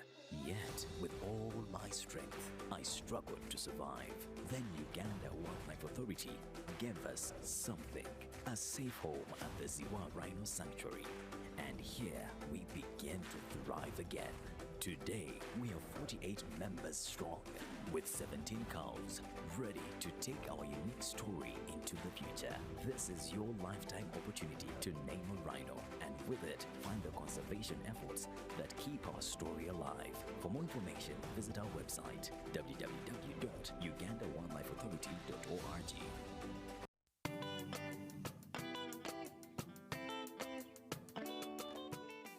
Nsooka okwebaza omukulembeze w'eggwanga okututeekateeka. Twali tetunnaba kuteekebwateekebwa, twafuna okusoomoozebwa nga kungi nnyo. Omuli okutukwata abasirikale, olumu nga tetulina na kitukoze. Kale nga n'akasente k'oba osonzeewo ggwe nga ggwe akagenda okukuyambako mu bizibu byo, nga weekanga okawadde abasirikale. Naye okuva ffe ghetto structure we yayimirirawo ebintu bingi byakyuka. abaana baffe tebakyabakwata nnyo okuggyako abo abamenyi b'amateeka ne be bakutte nga babakwatidde mu ghetto ng'ekikwekweto kibadde kiyise nabo tulina omukisa ogugenda okubaggyayo. Abasirikale batuwulira, abasirikale batuwulira. Toyinza kugenda ku poliisi n'ogamba DPC nti bakutte omwana wange ng'akumanyi nti oli komanda n'atateekayo nnyo maanyi kukola ki kumuggyayo. Ne neebaza bakama baffe Jeno Damulira, Afande Kuteesa, nange tweyanzizza nnyo mukoze kyamaanyi, bo bakoze kyamaanyi nnyo tuteekateeka. Kuba bwe twamala okuyingira ghetto structure ne batuteekerawo n'essako ne certificate twazifuna. Kati bwe batteekerawo ssako eyo era muzeeyi n'amala n'atuukiriza kye yatugamba n'atuteekeramu ssente. Era kati eno essaawa gye tuliko tuwola abaana, tuwola ba ghetto youth ababadde balina bizinesi zaabwe naye nga zibulamu ebyokukola. Tugenda tubawa okutwaliza wamu kati tuli bulungi, tetuli bubi nnyo, era twebaliza ddala President Museveni okutukolera ekintu ekyo kuba mubutuufu twali.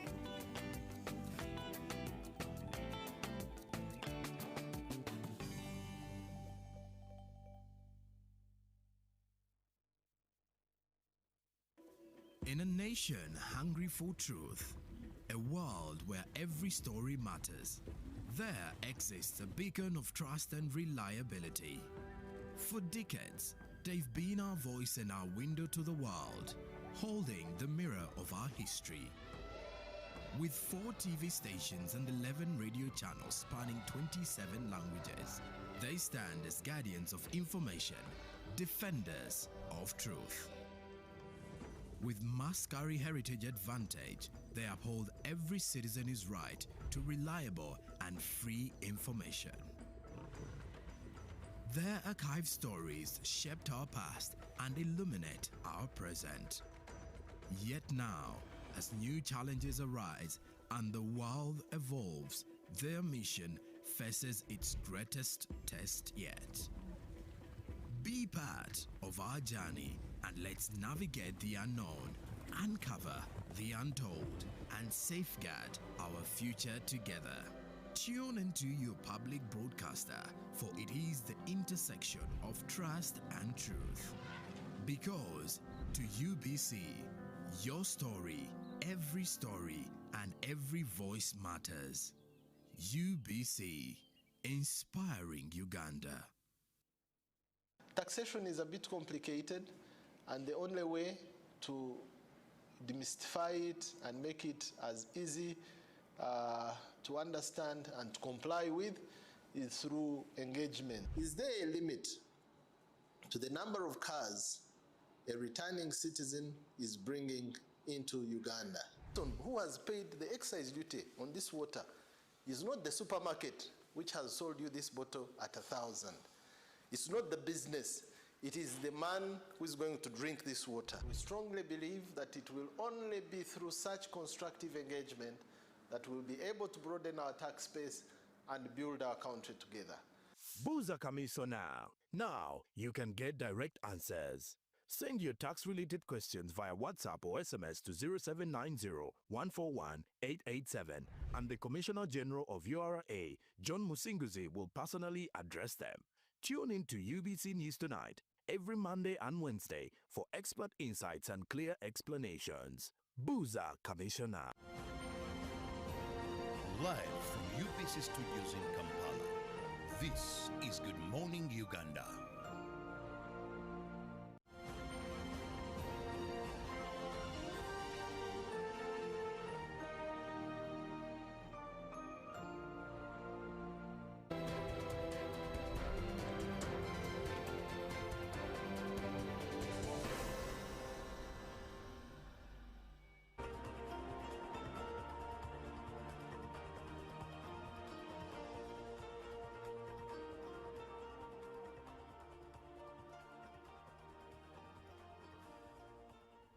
Good morning, Uganda. Who will be the next president of Uganda? And in studio with me is the national chairperson of the FDC Youth League, saying as Honorable Nandala Mafabi is getting nominated today, the 24th of September 2025. why not look into it as well and in its detail? But you can also be a part of the conversation. 0709602592. Francis Adepo is the one I am with this morning, and he is the national chairperson of the FDC Youth League. Good morning, Francis. Yeah, good morning to you, Julia. Good morning to the viewers and all the people that are following in. Right. The way I've invited. Thank you for your time this morning. Yeah, thank you too. And let's start off with the process. Just take us through the process that led to the FDC focusing and choosing Honorable Nandala Mafabi to be the flag bearer of the party for the general elections as the presidential candidate.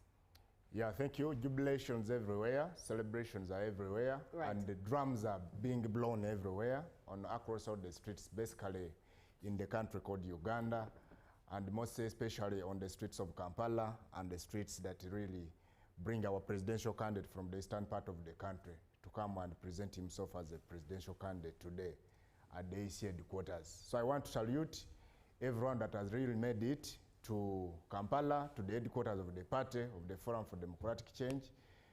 Basically myself, in a few, I'll be joining the trail as we accompany our president. Specific to the question you have raised, the Forum for Democratic Change is governed by a constitution, well stipulated. We have a document which is very big, and this is summary, which is pocketable, that every Ugandan can have and learn to know how the Forum for Democratic Change operates. So we basically have three lineups on how we reach to a presidential candidate. The first procedure is expression of interest, whereby our members of the party, not specifically even leaders, but right. Members of the party, so long as you have the guts and you feel you can raise the Forum for Democratic Change flag high in terms of seeking for the highest office in this country. Our constitution is very free, that you are mandated, you are allowed to come and represent yourself. So the Electoral Commission, back in the few months, rolled out a roadmap which was highly respected, and a team of 6 members of the party came and presented themselves as potentials for this highest office. Actually, me as the president of the young people in the party, I was also very glad that 2 members in my youth league also presented themselves, that they can really lead the Forum for Democratic Change in terms of leading this country. But when after the nomination exercise, only 2 people qualified, and that was the Nathan James Nandala Mafabi and the engineer Patrick Obeya Muriat. They were successfully nominated by the Electoral Commission of the party. These 2 were subjected to all the processes. The first process was consensus building, the other one was voting, and then the last one could be party primaries. When we went to the consensus lineup, this was really engulfed by a number of factors. Younger people came out and spoke to their voices. The elders came out and spoke to their voices, as you always reported, because we appreciate UBC. You really report our content, although it is sometimes doctored, but nevertheless, there is also always good coverage there. So we had voices coming in to mend bridges between these 2 candidates. And we thank God that by the council of the young people, the council of the elders, the council of the women, and all the organs of the party, pleading to these 2 people that, no, look what, we have always faced challenges in the previous election when it comes to selecting the flag bearer. So this time around, let one person harmoniously, peacefully, for the good of the party, leave one person really take up the mantle, and maybe the other one can be reserved for the future. These candidates really sat in rooms where we always even kept praying that there shouldn't be any kind of bad smoke that it should come, but just good smoke. And just in a few months back, the engineer Patrick Obeya Muriat stepped down for Honorable Nathan Nandala Mafabi, and the news really spread, and the white smoke was seen at the headquarters of the FDC that Nathan Nandala Mafabi was now the only flag bearer candidate that was available in the race. So we unveiled him to the party leadership. We started by unveiling him to National Executive Committee, After that, we unveiled him to the last organ of the party, the second last organ of the party, which is the National Council, which is comprised of all the district chairpersons. They came, the candidate was presented, and he endorsed the candidate of him. And eventually now we unveiled him to the country. Now here today, on the 24th of September, we are now going to unveil the presidential candidate officially to the Electoral Commission for nomination, and we are ready to go. The candidate is very ready, the party is very ready, the members of the party are very ready, and the good news is that all Ugandans are really very ready to welcome the candidate of Nathan Nandala Mafabi today.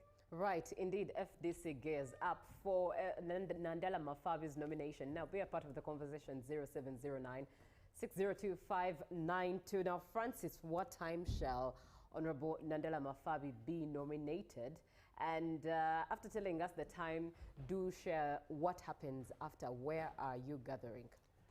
Well, before I go there, but we are much well aware that in the 2021 elections, I think the Forum for Democratic Change candidate was much more among the candidates that were tortured. And really, their day, instead of being a day of jubilation, instead of being a memorable day of really being nominated as a presidential candidate, we ended up seeing our presidential candidate by then, the Honorable Engineer Patrick Oboya Muriat, losing shoes. Actually, you have seen him even currently. He speaks and says his shoes, the one he had hired from Turkey for the big function, they ended up being stolen, and the police really has never presented those shoes up to now. Is he still paying for the shoes if he hired them? Yeah, because the shoes were really, because when you have a big function for us people from the villages, yes, when you are going for a very big function, normally you hire from overseas. You even buy a new suit, you even buy new shoes, you prepare, and for that day you even got the best deodorant or perfume really to smell good for the people. So the Engineer Patrick Oboya Muriat really did his best to get the best shoe for the nomination, but up to now the bad news is that he has never gotten those shoes. So yesterday we had the National Executive Committee. The Forum for Democratic Change is a party that really believes in its organs, the leaders.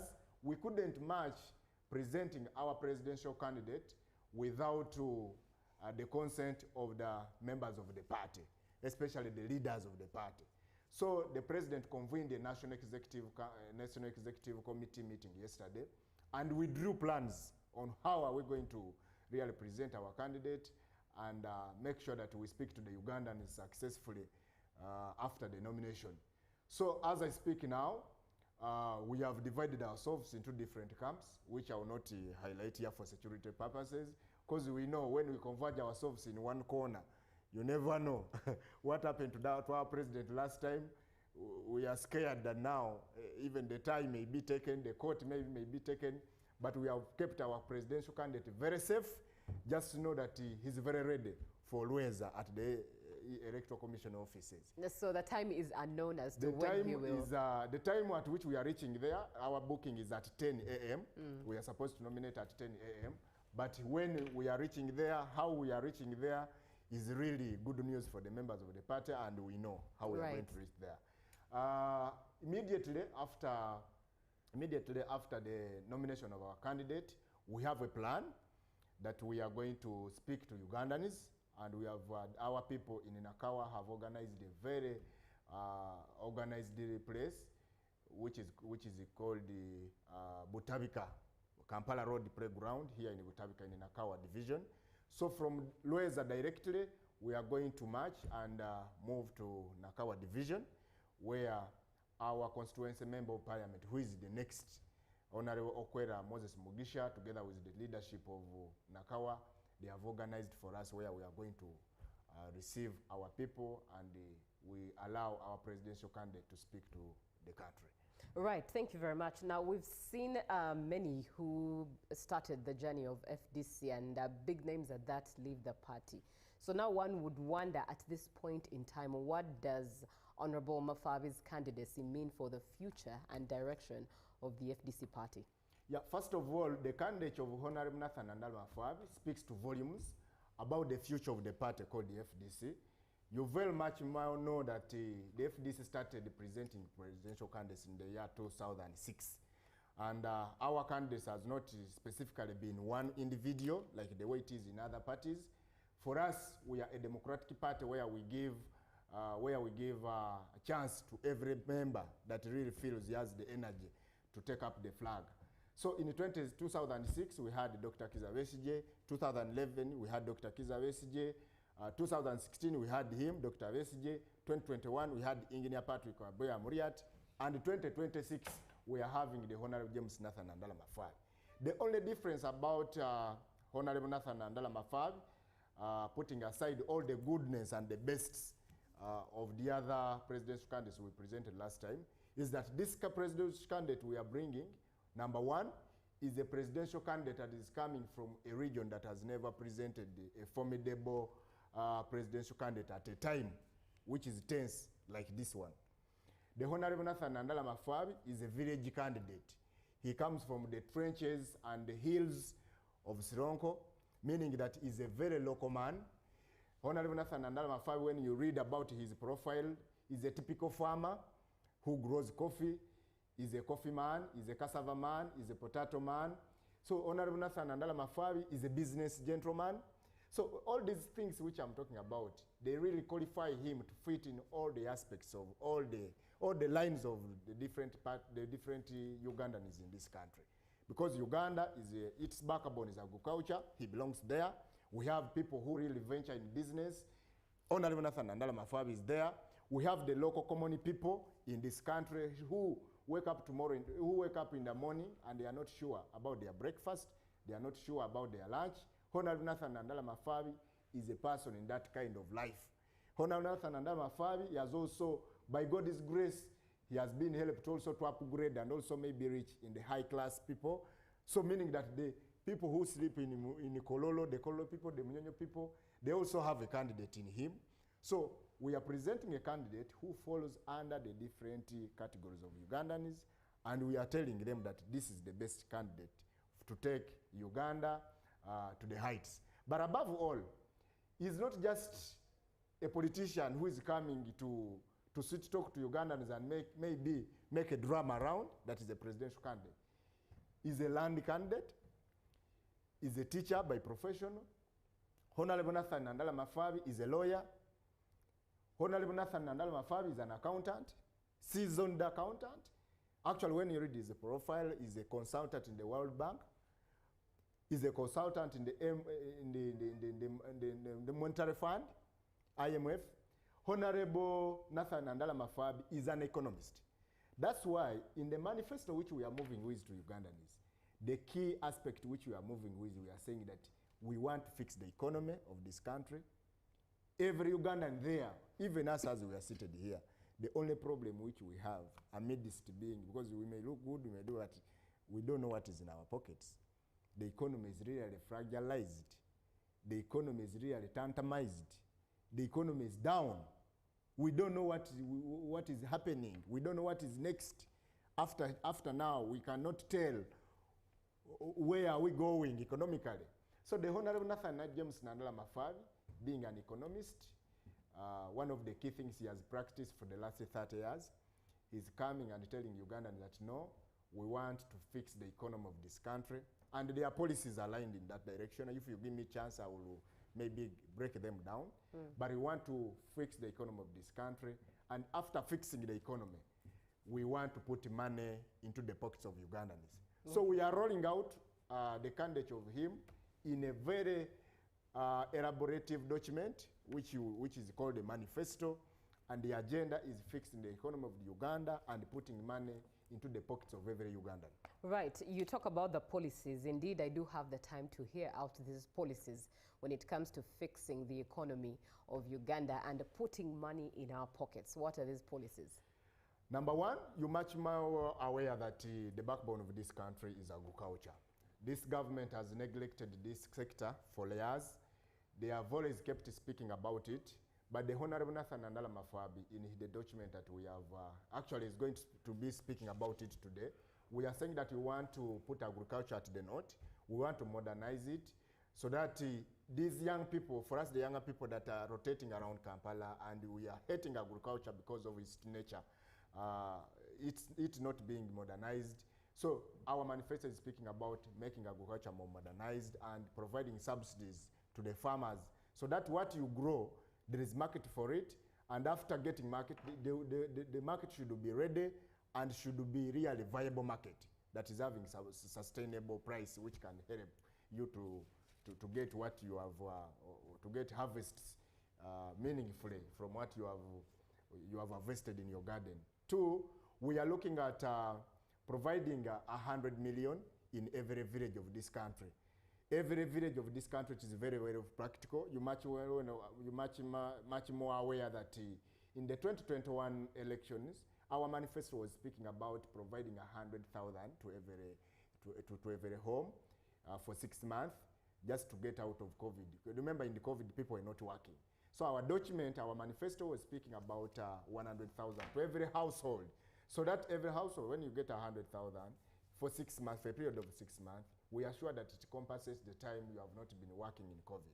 So, what happened, the regime, the current NRM government just copied it plagiary and pasted it in the form of PDM, and you are seeing the different mess, which I don't want to speak about that, but there is a lot of mess about the PDM work. But how did it copy it? It was a copied thing, which was extracted from our manifesto of 2021. But this time round, we are speaking that according to the current economy of this country, get 100 million, paste it in every village, and people are going to, let it be monitored, well guarded by an economist in him as the commander-in-chief, and the Ugandans are going to really get out of poverty. Money will enter into the pockets of Ugandans with that kind of arrangement. We are looking at the younger people who are unemployed. How are we going to really, because you cannot have money in your pocket when you have no job. You cannot have money in your pocket when you are jobless. We are looking at venturing in aspects like art and entertainment. We want to put different sports grounds in every school. We want to make sure that every school has a formidable and working playground where these young people grow talent from. We want to make sure that every district have a recreation center specifically monitored by the government, and it will be giving feedbacks whereby when someone really has a talent, can grow that talent, and maybe you never know, people will have earnings from such kind of talent. We are looking at the graduates who graduate every year. Statistics speak that over 400,000 graduates enter into the job market every year. Universities keep on graduating, higher institutions of learning keep on graduating. But guess what? These graduates who really live in universities, there are no sufficient jobs for them. For us, we are saying that no. When you get out of university, actually, this goes to all students in higher institutions of learning. If you are about to graduate, and maybe your graduation is in November, October, if there is any way you can pen it and wait for next year, when the Honorable Nathan and Alma is in leadership, we are saying the moment you graduate, you are going to present a proposal which is going to be subjected to the committee, or to which will be established by our government. Present it, discuss it, how you are going to utilize the 1 million shillings, and we shall avail the 1 million graduates grant to all graduate students who are leaving university. This one is specifically to help them. If you have not gotten a job, please, can you start up a small business? Can you start up a small stall where you can earn something instead of rotating around? And because sometimes myself, I even happen to discuss with some of my fellow young people. Someone is even invited for an interview, but he has no transport to reach there, and they end up missing. So that someone is tasked that please send a document in this kind of line, but even there is no data on the phone. So we want to give 1 million grant to all graduates so that it really keeps them as they make themselves busy with some kind of small business, and also start to sustain themselves into the economy. So there are a lot of policies. I just interest you and all those people that are watching us tune in right. Today during the rally of our presidential candidate. Is going to speak everything to the note. Right. Now, let's look at how ready and prepared the FDC is with this coming election, especially logistically as well as structurally.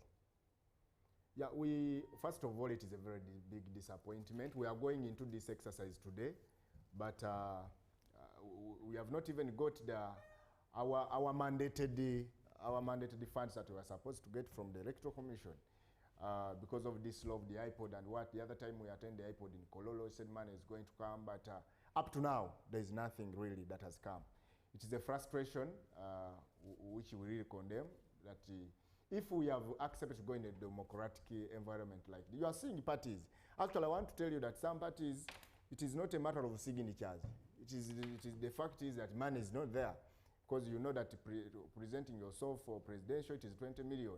Some parties have not got that money, but because for us as the Forum for Democracy, we have existed for 20 years. We have well-wishers that have really contributed to this cause. Even ourselves, we have mobilized among us ourselves and got some money that we are going with into this race. Even our presidential candidate is not a weak person financially. So we have really organized ourselves. You know, the logistical part is really very heavy. But we appeal to the government that let this money come. If parties are mandated to have this, let it come, and really it makes our activities easy. So amidst all the challenges, we are rolling down, we are rolling out, and on this I want to appreciate every Ugandan, and particularly the members and the well-wishers, the Forum for Democratic Change, for every contribution you have made to make sure that our presidential candidate is ready today. And the functions all the functions, all the logistics as we planned. So we appreciate you, and we promise you that we shall deliver the best of our candidate. Right. Now let me engage some of the comments coming through, starting with somebody who says that you are actually her teacher. This is Vicky Kamuli, and she says, I just wanted to say hi to the gentleman who was my teacher at Royal College, Kamoli. Thank you for presenting. My teacher, have a good morning. Yeah, thank you, Vicky. And Vicky is among the good students, I think, that I had during that time. Interesting. True, I'm a teacher, and I work in different institutions, both secondary, primary, university, and by God's grace, we are doing well in that line as well. Interesting. Thank you, Julie, for the program and hosting Francis, the FDC National Youth Leader. Francis, you started with the slogan, Jubilations Everywhere, Kampala and Uganda. In reference to that, I'm a Ugandan in the rural areas of Kabarole and Uganda, of course. I'm not feeling the jubilations you are talking about. Major reason being that there are no FDC structures in the district. How does the FDC expect to win minus structures? This is Nyakahuma Charles, who is in Kabarole district. Yeah, Charles, I think what I need to interest Charles in is that in the year 2023, we had the structure elections as the FDC, and these are the same structures that ushered me in as the national leader of this party. I come from a very deep village there in Kamoli. So I started from the village, I contested as a youth leader.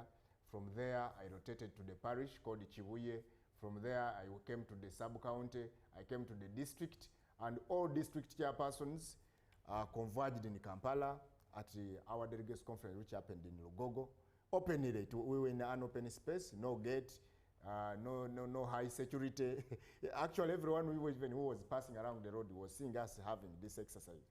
So we had, and it is in that delegates council that I constituted me, and I was elected democratically out of the race of 8 people, and I emerged the winner as the national youth leader. The same thing happened in Kabarole, and I just want to interest Charles that we have a well-established leadership in Kabarole. Maybe he has not just got interested in knowing who our leader is in Kabarole, but he should interest himself in finding out who is our leader in Kabarole. If I was given time, I would maybe give him the leadership, but since we are not discussing that, right? You give me his details, and I'll usher him to the leadership of Kabarole. All right. Zogi Richard posting from Butaleja district. I'm listening to you on UBC, but there is more than you may know about the political history of Uganda. Honorable Nandala Mafabi is my friend, a very distinguished accountant, etc., etc. Let Museveni complete his big journey and protect the gains for a prosperous and war-free Uganda. What do you have to say to that? Yeah, the good thing is that he has accepted that Honorable Nathan Nandala Mafabi is a very good economist. This country, as we are, even in I know Butaleja. Butaleja is a district in eastern Uganda.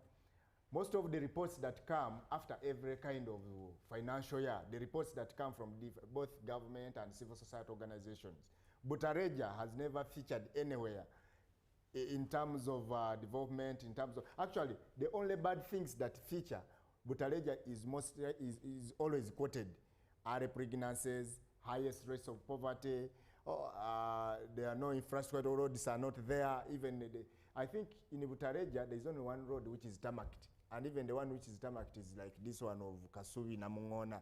You know, when I talk about the Kasubi Namungona road, the one with the highest number of potholes in Kampala. So Butaleja is having the same challenge, and my brother is I don't know whether he was a she or a she.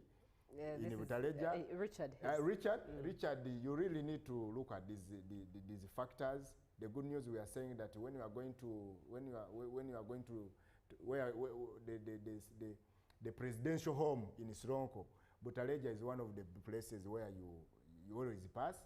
So I bring you good news that we are getting a presidential candidate almost from your Butaleja, and maybe he will fix some of the things to the north. So I interest him to really trust the economics in Honorable Nathan Nandala Mafabi. Even him being his friend, he will do the best for this country. Interesting. Now, an interesting comment comes through from Philip, who's in Karamoja, and I hope you really have what to say. But he says, rumors from corridors. I hope that there are facts, supporting this, Philip. But as you've written it yourself, you say that rumors from corridors point FDC behind the incarceration of Dr. Kizza Besigye, so that your party gain the political affirmation. Do you feel about him? I think you were asking, what do you feel about him? What plans does your government, the FDC, the government coming in, as you've stated, Francis, what plans does your government, if in case you succeed in power, have for Karamoja's abundant natural resources? That is two questions. What do you feel about Dr. Kizza Besigye, who was the former leader of the FDC party, but also what plans do you have for Karamoja's abundant resources? Very sad and unfortunate for that comment, that the Forum for Democratic Change is, I don't even want to speak about what he has said. But it's very unfortunate and regrettable. Actually, if there is any way really, he would withdraw that word. Because as the Forum for Democratic Change, we are in deep pain about the long incarceration of Dr. Kizza Besigye, our founding president of the party. The illegalities behind his incarceration really, the illegalities behind his incarceration are really painful to this country, and every Ugandan, either individually or in the form of a political party, that you really wish good for this country. We should speak to the volumes about the release and the rightful judgment about Dr. Kizza Besigye's incarceration. So we condemn the arrest of Dr. Kizza Besigye. We have spoken at our headquarters through the spokesperson desk, through our different kinds of platforms. We have condemned this, and we pray that really the government handles the issue of Dr. Kizza Besigye urgently, and he gains his freedom. Not only him, we have also spoken the same about our brothers in the National Unity Platform. They have also been arrested. You see Eddie Mutwe, one of the bodyguard of that principal. So we cannot really feel any mercy to what is happening to the government in terms of incarcerating Ugandans abnormally to that extent. So we feel very sorry, and if I can re-echo here, we plead to the government of this country, read Dr. Kizza Besigye is a Ugandan that deserves his freedom. If there is any charges really tainted against him, let the processes move quickly and we receives justice so that he can gain his freedom as a Ugandan in this country. Then the other thing about the Karamoja, Honorable Nathan Nandala Mafabi has a home in Karamoja. So he's a resident of Karamoja himself. The potential of the minerals that are in Karamoja is one of the key cores we have described in Pillar 4 of our manifesto. And we are going to saturate this document. And even our colleagues there who wish to really know what we are speaking about in terms of the sweetness and the fixing the economy of our manifesto, you don't need to wait a document physically from us, but just go to your phone or your laptop or your computer, you click www.fdc.ug/manifesto. The whole document is going to appear there. And Karamoja is one of our key areas we are looking at, because Karamoja is a potential area. When these minerals are well utilized, the issues of unemployment of the young people will be history.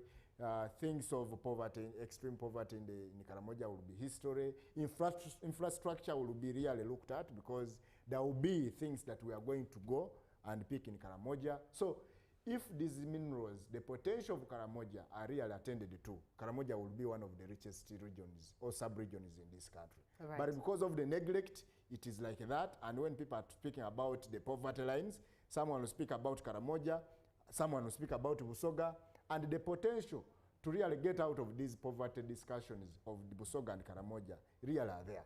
Right. And Honorable Nathan Nandala Mafabi has well stipulated everything on how we are going to really handle Karamoja. I interest my friend there. We have our next woman MP of Moroto, Honorable Kiai Helen from Karamoja. She's really a potential leader, and we hope that we pray that the people of Karamoja sends her to Parliament. She joins the government of Honorable Nathan Nandala Mafabi. You never know, she might be given the Ministry of mineral, something like that, so that we really fix the economy of this country. All right, thank you very much, Francis. Be a part of the conversation, 0709602592. It's a number that's also displayed on your screen for you to be able to engage. Please do not send a voice note. I'll not be able to play it or get what you are trying to communicate, but when you text it, it's easy for me to read your message and able to receive that communication for effective response. We are looking at the nominations that are taking place today, presidential nominations, and Honorable Nandala Mafabi is being nominated today at 10 a.m. at the Lubowa home of the Electoral Commission. And in studio with me is Francis Adepo, who is the national chairperson of the FDC Youth League, to have this conversation with us. Thank you so much for being on the show. Continue engaging us with your opinions and questions as well. Speaking, in fact, hearing from Phillips in Karamoja brings me back to the conversation of policies that we earlier on talked about.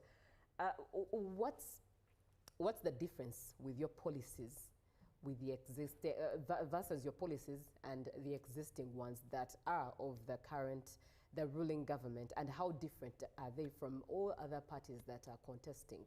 Now, one, for us, we believe in equality for every Ugandan. As the FDC, one of the core values of our party, we say that every Ugandan here matters. And in this line, we believe in equal opportunity for every Ugandan.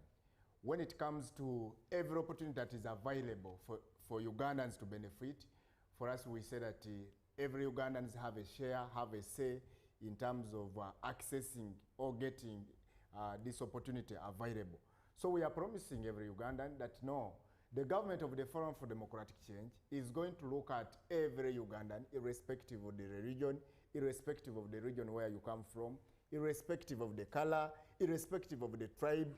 What is killing this country, what is killing this, our existence as of now, is that there is a portion, there is a tendency of looking at each other. There is a tendency of really segregation, discrimination, that if there is this and this, first of all, they even look at what is your name. There are those things, what is your name, where do you come from? So a lot of that kind of discussion, for us in the Forum for Democracy, I was saying that it will be history. We shall make sure that every Ugandan has a say in this country. Number two, we are sure that when it comes to human rights, we are assuring Ugandans that there will be, in our government, there will be free will, there will be equal human rights for you. No, there is no one who will be above the law. When it comes to social justice, it will really be the fundamental pillars of what we stand for in our regime. We are talking about the financial potential, We want to extinct this kind of tendency that the gap between the haves and the have-nots really becomes too much minimal, so that there is the haves and the have-nots really can come together and have a discussion, and maybe we put the issue, the question of the gap between those who have money, those who don't have money, really reduces to the north. We want to really make sure that the issue of exorbitant expenditures in the government, you're much more aware that every time they are reading a budget in this country, Ugandans come to the shock. Others start touching, really feeling what is happening to this country. We are a country that we say there is no money, but guess what? The expenditures in the State House unclassified budget, our president says that there should be no need of such exorbitant amounts of unclassified budget in the State House. Too much money goes to buying clothes of the president. Too much money which could even facilitate a full region and elevate it from the poverty lines. You really see that it's going to paying bills to the president, water, and things which are not really feasible. So for us, we are saying that we want to reduce on the expenditure of the government. Positions that really do not matter in this country, having the RDCs, the assistant RDC, the deputy RDC, the deputy assistant. You get? In a district, there are around 5 RDCs, but with different positions, and all these people are getting taxpayers' money in terms of remunerations and all that. For us, we want to cut all that. We also believe in a sizable cabinet. We also believe in a sizable cabinet. There is no need of having a cabinet of around 100 people, 80, what? A cabinet of around 20, 15 people can run this country. We also look at the members of the parliament. We want to have a reduced parliament. We are having a parliament of around 500 people, but now, when recent statistics came out, and even there are some members of parliament who has never spoken for the last 5 years. Others have spoken once, others have spoken twice. So what is the relevance of such? So we are looking at really cutting the parliamentary bulkiness and maybe have a size of parliament. We are looking at empowering the younger people, because for us in the FDC, we believe that the future of this country really relies in the 78% of the population, which is the younger people. So we are looking at really making them at the front, putting them at the front in whatever we are going to be doing at this in our government. So a lot of that will be summarized in today's address in Butabika, Kampala Road Playground in Nakawa Division today. And I invite every Uganda, even those that are not going to be able to reach there, like my brother in Kabarole, my brother in Butaleja, my girl, my student who is in Kamuli. All those ones, please tune in to the different televisions, and especially UBC. I think you will be live to really show Ugandans about this. And these policies will be much more elaborated there. Right, engaging more of your comments that are coming through. My name is Makerere Adimon from Kasese Municipality. How's FDC coping with the strong factions of ANT and PFF coupled with the alleged marriage with NRM?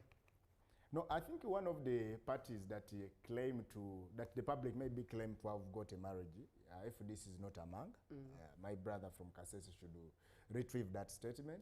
The Forum for Democratic Change, we are a very straight party, but above all, we collaborate with the rest of our fellow sister opposition political parties, the National Unity Platform, the JMA, the DP, the UPC, the PPP. So we work with every political party because we welcome every kind of ideas. Recently, you have seen different activities where different political leaders in other parties have come. During the unveiling of this same presidential candidate, we had the Secretary General of DP appearing and even speaking to the volumes about the sweetness and the goodness of our candidate, both here at the headquarters when we were unveiling and during the homecoming in Mbale. We have had the Secretary General of UPC coming in, the Secretary General of JEMA political party coming in. So we are a party that collaborates with others. And our engagements have not stopped. We believe that we together as a united front, we can achieve this mission. Maybe about the PFF and what, that the factions and what. The FDC, we are not new to that. In 2021, because of the different demographics of politicians and the quest for power, maybe, 2012, we saw the deputy president of the FDC by then, Honorable Betty Kamya. She left the party and formed the Uganda Federal Alliance.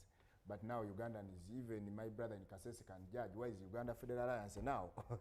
And where is, you can ask both the party and the leader, where are they? They embed with the regime. Now, when it came to 2017, our former president of the party by then, Honorable Mugisha Muntu, when he lost the election, I think the pressure was too much, and he ended up leaving the party and formed the Easy Alliance for National Transformation. Actually, he left with a very big number of MPs by then. But now when you ask now, where is ANT, and even all those members of parliament he went with, in 2021, no one came back at parliament. So that one also happened there. So even now when we are towards 2026, these elections, the deputy president of the FDC, Elias Lukwago, the Lord Mayor, also ended up leaving the party, and they formed the PFF. So the trend on what is going to happen in the PFS, maybe the history of the Uganda Federal Alliance, the ANT can maybe judge that, but that's not my role. For us, we are saying that the FDC will remain, will move, irrespective of whether some people leave, some people come back. Our journey is really to deliver victory, to deliver change, to deliver good leadership to this country. We shall never be retarded by any sort of propaganda that is tainted. The institution of the FDC has been built on ideological concept.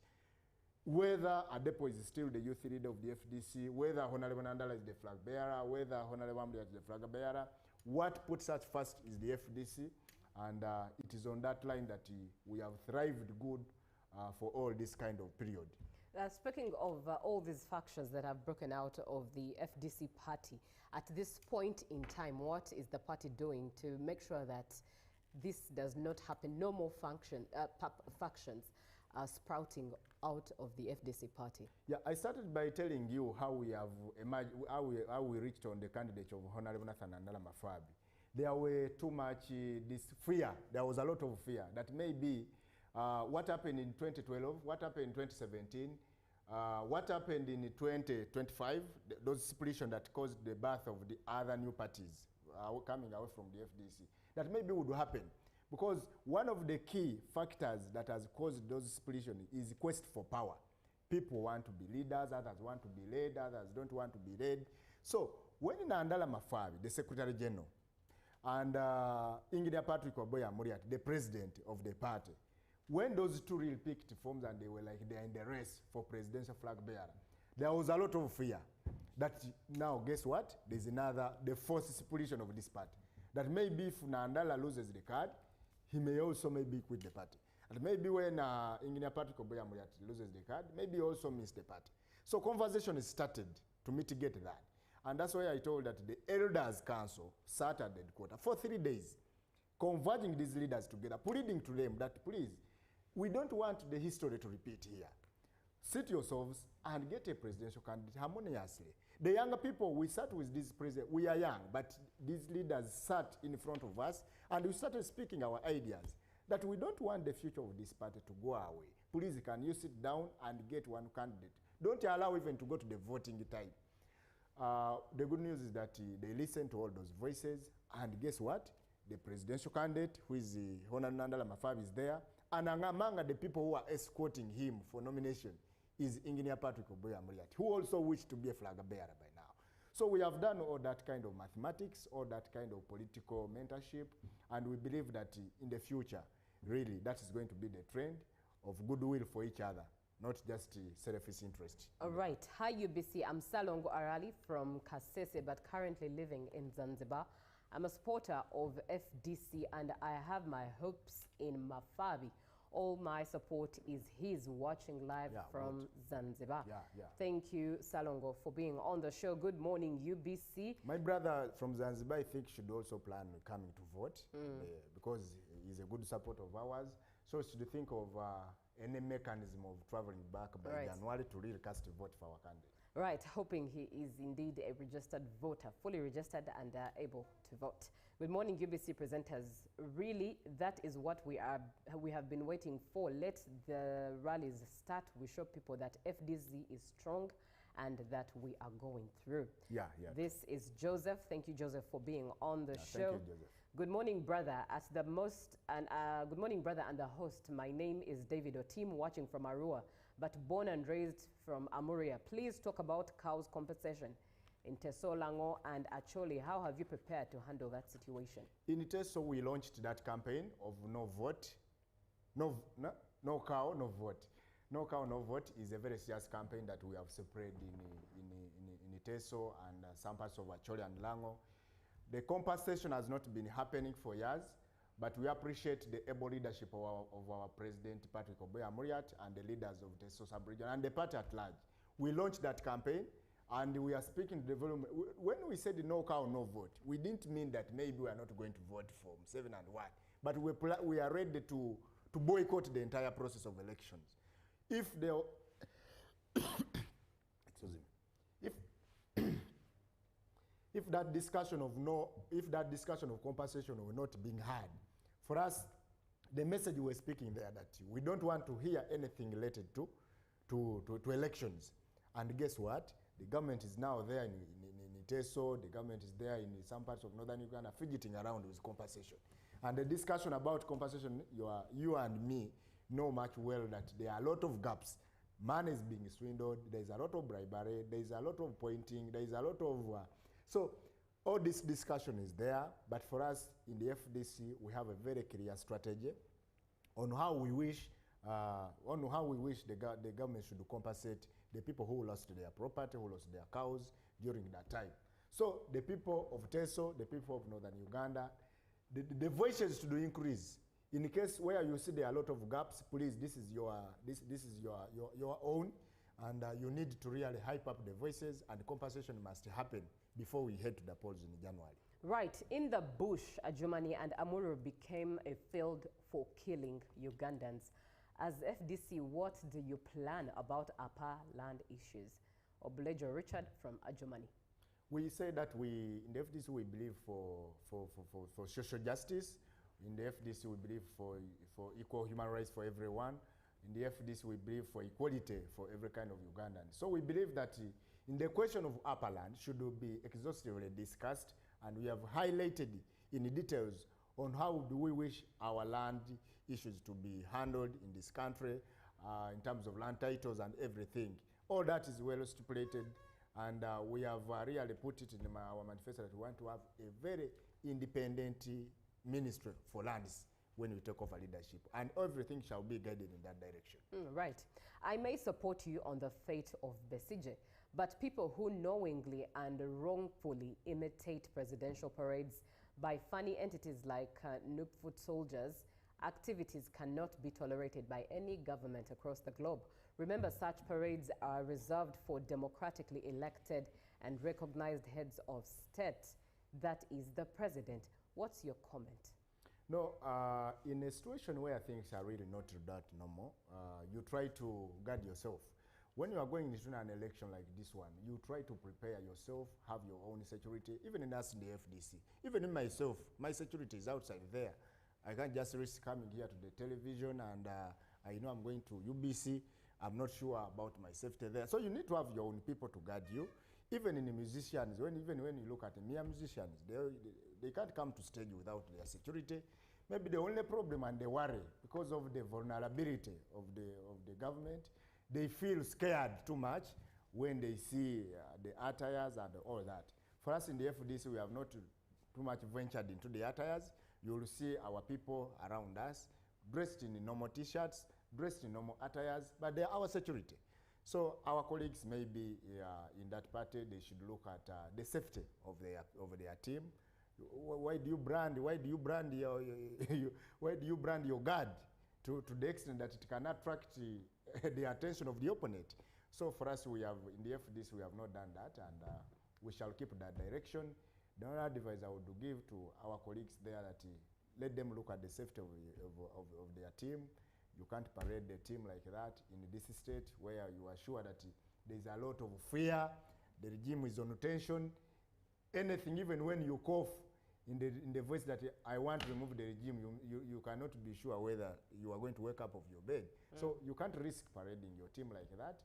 And maybe as we head for these polls, they will not repeat that mistake again. All right. Good morning, Mr. Adepo. How is FDC positioned to handle the permanent land evictions of the poor Ugandans by the rich? Any policy on this? This is Stephen Elilu from Soroti. Now, he had mentioned, talked about having an independent land commission. I don't know if there's anything that you should add into that, but it had been addressed already. And somebody, as we begin to close this conversation, comes through and says, it's me, Echungu George William from Orungo County. My heart is bleeding, much as others are celebrating today's event. To me, I see it as a political turning point in the Pearl of Africa. It would look democratic if by now all political captives in Uganda had received justice. It's now undemocratic because some political players are still behind bars with unknown issues. I would celebrate if the Electoral Commission had postponed the nomination until all political captives behind bars have got justice. Regards to the people of Orungo constituency. In West Nile, particularly Zombo, no good roads, no vote. Godfred, thank you so much for the truth spoken by FDC. We request that no more faction will be created from within the party. The party was stronger and we hope for its glory to come back. This is Reverend Geoffrey Mark Ogwang. I'm following you from Lira City. Good morning, UBC. Thank you for the show. I appreciate my brother for the good speech and good manifesto. I encourage everyone, especially the youth, to use their population to see that there is a change in the country. This is Bosco Ndinga from Lira City. And finally, good morning, UBC. I'm Mafabi Patrick Chilombe, Center Bukulo Parish, Sironko. I just appreciate your program. We are going to support our boyland, Nandala Mafabi. Thank you so much for being on the show. Francis Adepo is the Youth National Chairperson of the FDC Youth League. What are your parting shots today as you look forward to the nomination and what shall transpire today? Before I forget, I have a message here from Wamala. He says he's your good friend, so I say hello to you. Wamala, who, Nicholas? Wamala is called Wamala Po. Wamala Po. Yeah, so oh, yes. Follow. So I couldn't forget that. Nice. Now, my cutting shots to one is that the FDC has been here. Yes. We have spoken a lot. Since 2005, we have been speaking about our relevance on how best to do. We produce a manifesto every time we are going to the polls. Even as we speak now, it is the only FDC political party that has availed a documented manifesto ready to be read by Ugandans. So we are saying that all these good ideas we have spoken about for 20 years, Ugandans, we have presented the candidates. We have presented the colonels, those in the army. We have presented an engineer. And this time around, because of the extreme poverty in this country, we have presented an economist. And our agenda is very clear. Fixing the economy. Who doesn't want money to be in his pocket? For you, if you don't want money in your pocket, maybe you can look out to another candidate. But any Ugandan who wishes the wallet, both your wallet of a lady, even if it is a lady, even if it is a gentleman, so long as you need some money in your pocket, we are saying that the solution is here. The candidature of Honorable Nathan Nandala Mafabi is here, ready to really do that for us as Ugandans. As I conclude, we have pleaded to the rest of our colleagues in the opposition political parties that guess what? Our candidate, like you have heard from the different comments from the public, is a candidate that is really looked at. Is a candidate who cannot disappoint this country. We can even talk to the NRM people that this is a candidate who will maybe, like what your manifesto is saying, protecting the gains. You cannot protect the gains when you're existing. The candidate of Honorable Nathan Nandala Mafabi is also ready to protect the few gains that maybe this country, the current regime has done to this country. So let us embrace his candidature. I call upon all Ugandans, those who are very far, please follow up the conversation on social media and on media. But those who are around Kampala, especially in the metropolitan, come to Nakawa. When you reach Nakawa, you ask for Butavika Playground, Kampala Road, as you are going to Mbuya. That is where we are going to be today. And our candidate is going to explain elaboratively. We have decided to give him a lot of time today, and every Ugandan understands all these policies. We have not explained well. Please watch out today. After our nomination, we are going to explain properly. Our candidate will elaborate on how we are going to fix money in their pockets. For all the younger people, this is the right candidate to trust. Is a candidate that is peaceful, is a candidate that is going to make sure that our future as Ugandans is really well protected and guarded economically.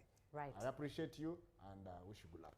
Thank you very much, Francis. Fixing the economy, money in your pocket. That is what the FDC is standing on as they look forward to the nomination of their flag bearer, the candidate that is Honorable Nandala Mafabi, who shall be nominated today at 10 a.m. As UBC, we are here to bring you all the events as they transpire. Good morning, Uganda.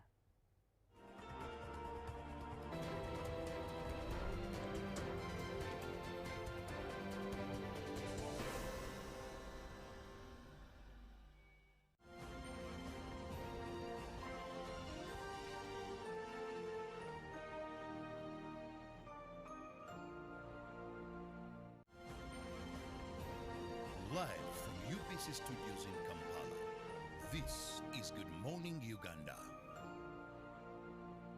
Pick of the day on UBC. Every Wednesday, 10 p.m. on your public broadcaster.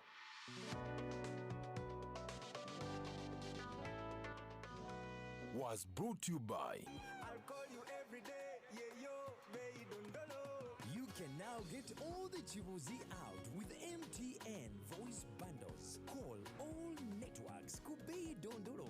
Buy a 25-minute voice bundle for only 1,000. Or buy any daily voice bundle of your choice. Dial *100 *21# and select daily or use the My MTN app. When we talk together, we are unstoppable.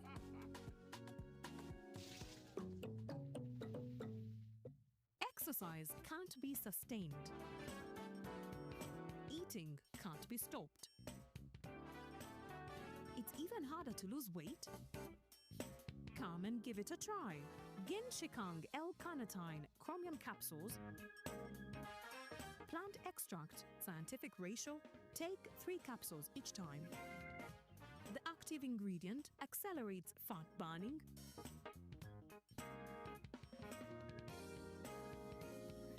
eat twice a day. Don't take a detour. Weight loss starts now.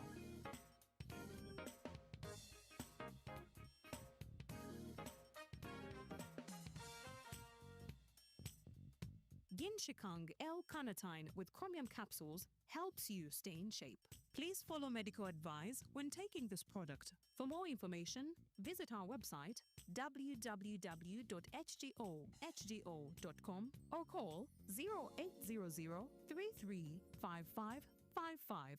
Every Wednesday, live in our studios in the heart of Kampala. We have to change the political culture in this country, really. Who has bewitched Ugandans? I want to assure you, as government, we shall do whatever it takes to ensure that Ugandans are safe. We have conversations that have analysis, explanation. This law society, this union of theirs, because they want a job everywhere, they want to be this, they want to be that, they want... No. We know it's a union. You cannot be making a road, bitumen grade 1, in Congo for 5 billion. But not every truth is fact, and not every fact is truth. The argument that the General Court Martial is responsible for peace and stability is without basis, either in law or in fact. We have been told how Napoleon was a great orator. Now, Napoleon cannot help me get food. They told me combine harvest in Saskatchewan. I don't know where Saskatchewan is. This is a geography we're taught. Instead of teaching me how to preserve Mabera forest, they're teaching me about Rhineland. This is a problem we got. We cannot run away from it. Right now, you hear very disgusting stories of members of parliament. Instead of